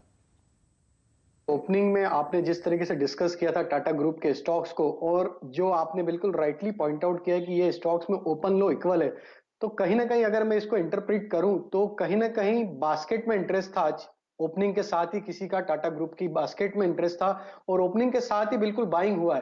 तो जहां ओपन हुआ वहीं से उन्होंने बाय करना चालू किया इन सेक्टर में और इन स्टॉक्स में टाटा ग्रुप के। तो स्पेशली मुझे लग रहा है बिल्कुल आपने टाटा पावर जो एक स्टॉक जिस तरीके का रिवर्सल आज देखने को मिला है, मुझे लग रहा है कि इसने कल के हाई को भी क्रॉस किया है, तो अब ये स्टॉक को बिल्कुल बाय किया जा सकता है। रिस्क काफी कम है स्टॉक में, एक करेक्टिव ऑलरेडी मूव इसमें देख चुके हैं हम। तो मुझे लगता है कि ये स्टॉक में एक अच्छा मूव, सरप्राइजिंग मूव भी आ सकता है, जो कि इसको 51 रुपए 51 से 52 की रेंज में लेके जा सकता है। तो टाटा पावर काफी इंटरेस्टिंग है। 47 रुपीज एक ही रुपए का स्टॉप लॉस रखे और 52-53 के टारगेट के लिए बिल्कुल बाय किया जा सकता है। टाटा स्टील में ऑलरेडी हम इसमें बाय रिकमेंडेशन कर चुके हैं, वो हमें लग रहा है कि ये स्टॉक भी अच्छा परफॉर्म करेगा आज के सेशन में। तो ये स्टॉक टाटा पावर और टाटा स्टील, ये दोनों स्टॉक मुझे काफी अच्छे लग रहे। और ओपन और लो जिस तरीके से आपने बताया है, तो ओपन और लो ये है कि अगर स्टॉक जहां ओपन हुआ वहीं से बाइंग इंटरेस्ट बना हुआ है, तो जब तक ये लो नहीं टूटते ये स्टॉक में बाइंग बनी रहेगी और ये स्टॉक को बाय साइड में रखना चाहिए। और मुझे लगता है कि अगर ड्यूरिंग द डे अगर निफ्टी में और यहां से गेन एक्सटेंड होती तो हो सकता है टाटा ग्रुप के स्टॉक्स में एक अच्छी rally during the day second half में भी देखने को मिले। आपने कहा, देखिए बात करते करते टाटा पावर रखिए डायरेक्टर साहब, टाटा पावर की बात हो रही है तो उसी को रखा जाए स्क्रीन पर, क्योंकि ये ट्रेडर्स का फेवरेट स्टॉक है। और मैं एक राय यहाँ पर फंडामेंटल एक्सपर्ट से भी लेना चाहता हूँ। सबसे ज़्यादा दिक्कत देखिए अगर किसी ग्रुप कंपनी को थी, उसमें टाटा पावर को थी। बोर्ड बैठक जब होती है तो दिक्कतों के सॉल्यूशंस के लिए होती है, ध्यान रखिएगा आप। और आपको सुबह सुबह आशीष ने क्या बताया था? आशीष ने कहा था कि टाटा पावर के इन्वेट्स पर विचार हो सकता है, उनके डेट रिडक्शन प्लान के ऊपर विचार हो सकता है। वो ग्राफिक की लाइन दिखा दीजिएगा डॉक्टर साहब, जो आशीष ने सुबह सुबह टाटा पावर के लिए कही थी, और ये वो स्टॉक है फिर बढ़िया प्रदर्शन दिखाएगा। इसीलिए आज खुलने के बाद मिड कैप में टाटा ग्रुप की कंपनी में एफएनओ का सबसे लिक्विड स्टॉक यही था, इसीलिए मैंने सोचा खुलने के बाद भी इसके ऊपर जरूर बात होनी चाहिए। मयूरेश जी, टाटा पावर बताइए आपको कैसा लग रहा है? और इस समय बाजार को एक चीज पसंद आती है, जो कंपनी कहती है कि मैं डेट को कम कर रहा हूं, बाजार कहता है थम्स अप, वेरी गुड। ये बताइए अगर कुछ आउटकम निकल कर आता है इस बैठक में तो टाटा पावर क्या अच्छा प्रदर्शन आगे भी दिखा सकता है, और आपकी राय इस पर, क्योंकि माइनिंग और मेटल वाली खबर भी इस कंपनी के लिए, सेक्टर के लिए पॉजिटिव है। बिल्कुल हेमंत जी, और आई थिंक दो चीज जो मार्केट देखना चाहता है टाटा पावर के केस में स्पेसिफिकली, एक जैसे आपने राइटफुली कहा डेट रिडक्शन, तो आई थिंक जो डेट डीलेवरेजिंग की हम बात करते हैं ये बहुत मायने रखता है टाटा पावर और पावर कंपनियों के शेयरों के लिए। टाटा पावर की डेट लगभग 47-48,000 और करोड़ हैं, और मैनेजमेंट ने पिछले तिमाही के नतीजों के बाद बहुत एक क्लियर रोड मैप दिया था। सिनर्जी के पास चलो पहले, expected to sell that off. Defence में आई थिंक कुछ ना कुछ कंपोनेंट्स ये बेचने की कोशिश कर रहे हैं। शिप बिल्डिंग में they are probably looking at potential buyers, और अगर कुछ इनविट रूट से ये पैसा या कैपिटल रेजिंग करते हैं तो जो डेट रिडक्शन आएगा बैलेंस शीट के ऊपर अगले कुछ तिमाहियों में, एक सिग्निफिकेंट रिडक्शन इंटरेस्ट के दौर पे बैलेंस शीट पे पेश होता है। दूसरा, आई थिंक जो मुंद्रा को रिलेटेड आई थिंक एक ओवरहैंग बना हुआ है, आई थिंक जो कोल जेवी है इनकी हेमंत जी, आई थिंक कोल जेवी से जो जबरदस्त प्रॉफिटेबिलिटी निकलती है, आज आप कुकिंग कोल के प्राइसेस देखिए एफओबी लेवल पे, और जो एक्सपेक्टेशंस हैं रॉयल्टी को लेके इंडोनेशियन माइंस से, आई थिंक ये सारी चीजें बाजार ने पचा ली है। तो कहीं ना कहीं आई थिंक गोल्ड जेवी के जो प्रॉफिटेबिलिटी है और जो एबिट पोस्ट करती है, that will still continue to be on a larger scale. तो पूरा का पूरा फोकस अगर ये कंपनी डेट डीलेवरेजिंग पे रखती है और जो लगा चुकी है, and if any steps are taken in that respect, और जो माइनिंग के रिफॉर्म्स आ रहे हैं, I think commercial and captive mining अगर डोमेस्टिकली भी इनको मिलती है तो इनपुट कॉस्ट अच्छे खासे कम हो जाएंगे, which should also add the overall realisations when they are looking at realisations per kilowatt power executed. तो यस, आई थिंक अगर ये बोर्ड मीटिंग से कुछ पॉजिटिव्स निकल के आती है तो टाटा पावर के लिए एक बहुत पॉजिटिव खबर मानी जाए।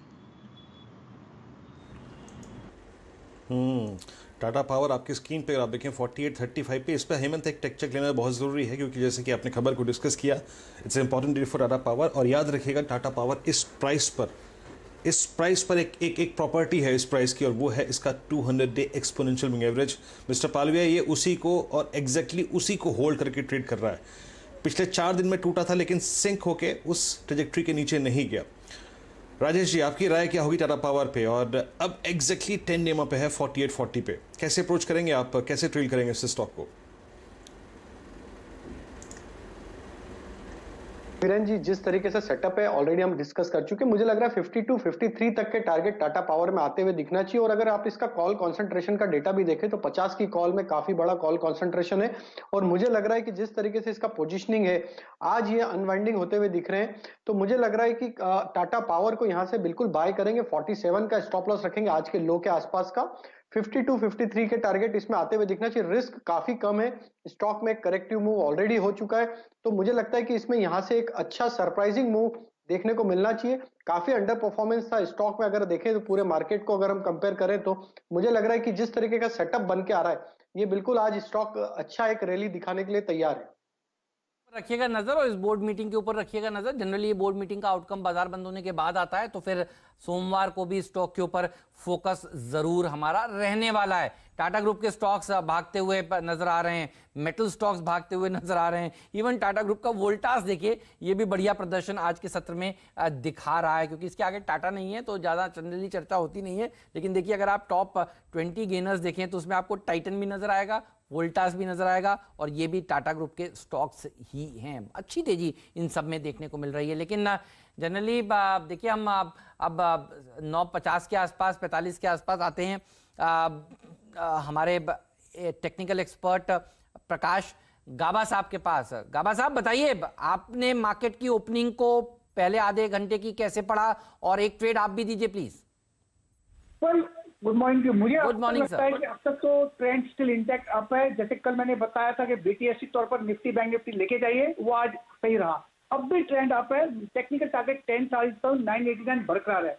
लेकिन अब यहाँ पर थोड़ा एक पॉज मिल सकता है फ्रेश बाइंग के लिए, लेकिन पॉज की जरूरत है।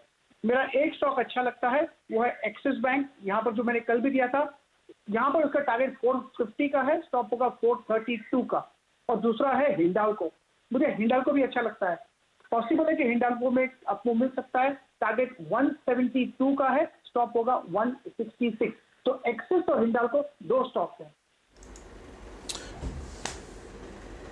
ओके, एक्सिस और हिंडाल्को, प्रकाश ने ये दो स्टॉक्स पिक किए हैं। तो हेमंत, मेटल्स आज क्या मूव देता हुआ? और देखिए, आपने मेटल्स की बात करी और टाटा समूह की बात करी। लुक एट टाटा स्टील 356.65, ये है अपने एग्जैक्टली अगर आप देखें 200 डिब्बा पे। तो मेटल्स में जो हो रहा है, और आई थिंक टाटा समूह की जो अगर आप देखें बैठक है, उसके हम लोगों ने उसको कंसिडर करते हुए शो की शुरुआत फरवरी जब 2020 के बाद तो सबसे पहला डिस्कशन किया माइनिंग वाली खबर पर, दूसरा डिस्कशन किया टाटा समूह पर। तो देखिए, ये बहुत जरूरी है, आपके सामने अखबार रखा हो तो पहली हेडलाइन पहले पेज पर क्या होनी चाहिए, जैसे अखबार में जरूरी होता है वैसे ही शो में भी जरूरी होता है। जब आप चैनल खोलते हैं और पहला शो देखते हैं मुनाफे की तैयारी, तो पहली खबर और दूसरी खबर का बिल्कुल वैसा ही महत्व है जैसे अखबार में देखिए टॉप पेज में पहली 2-3 खबरों का महत्व होता है। तो आज हमारे मुनाफे की तैयारी को थम्स अप मिला है और लक्ष्मण रॉय को थम्स अप मिला है, क्योंकि उन्होंने दरअसल ये खबर ब्रेक करी है वीरू। जी हाँ, और हेमंत, डायरेक्टर साहब, स्क्रीन पे पूरा का पूरा आप रोटेट करते रहिए मेटल्स और साथ ही साथ टाटा समूह। इनफैक्ट राजेश, एक चीज ऐड कर दीजिएगा, अगर ये प्राइस जोन निकल गया टाटा स्टील पे स्पेशली, क्योंकि ये स्टॉक ऑफ द मोमेंट है, ये 360-361 की ट्रैजेक्टरी अगर निकल गई तो नेक्स्ट प्राइस लेवल आपको क्या लगता है? आई मीन पॉसिबली क्या अचीव कर सकता है टाटा स्टील? क्योंकि ये छोटा मोटा प्राइस बिहेवियर नहीं है, it's a big thing. Kiran ji, ये स्टॉक को हम काफी टाइम से ट्रैक कर रहे हैं और जिस तरीके से ये स्टॉक ने, आज हमने मॉर्निंग में भी डिस्कस किया, 350 का लेवल निकाला, यही एक काफी इंपॉर्टेंट था और एक इंडिकेशन था कि ये स्टॉक एक बड़े मूव के लिए तैयार हो रहा है। जो सेटअप है, मुझे लग रहा है बिल्कुल ये स्टॉक में अगर आज ये 360 का लेवल क्रॉस होता है तो 380 से 390 तक के टारगेट आने में कोई टाइम नहीं लगेगा, बहुत जल्दी ये स्टॉक वहां तक अचीव करता हुआ दिखेगा। तो मुझे तो ये स्टॉक काफी अट्रैक्टिव लग रहा है और जिस तरीके से प्राइस बिहेवियर है, जिस तरीके से ओपन इंटरेस्ट एडिशन पिछले कुछ दिनों में देखने को मिला है, ये स्टॉक को बिल्कुल रखना चाहिए, ट्रेल करते जाए स्टॉप लॉस को हायर साइड पे, और जैसे ये 360-62 की रेंज निकालेगा, 380-390 की रेंज के लिए बिल्कुल ये स्टॉक जाता हुआ दिखेगा।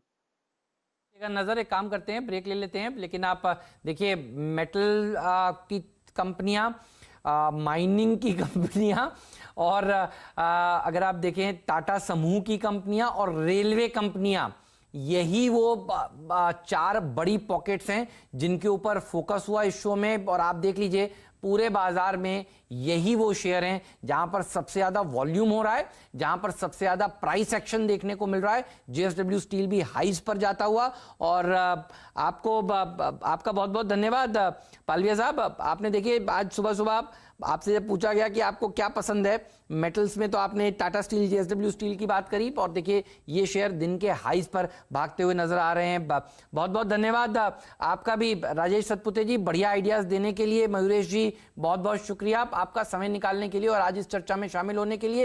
एक्शन यहां से बढ़ने वाला है, मैं ब्रेक ले रहा हूं, छोटा सा ब्रेक है और उस ब्रेक के बाद कुछ और बढ़िया आइडियाज भी हमारे सामने आएंगे और हम आपको बताएंगे 10 के दमदार ट्रेड्स में कौन से ट्रेड लेने चाहिए। मोतीलाल ओसवाल फाइनेंशियल सर्विसेज के वाइस प्रेसिडेंट चंदन तपड़िया हमारे साथ जुड़ेंगे। एसएमसी ग्रुप ऑफ कंपनीज के मुदित गोयल भी होंगे मेरे साथ। कहीं मत जाइए, चिपक कर रहिए देश के नंबर 1 बिजनेस चैनल CNBC आवाज के साथ।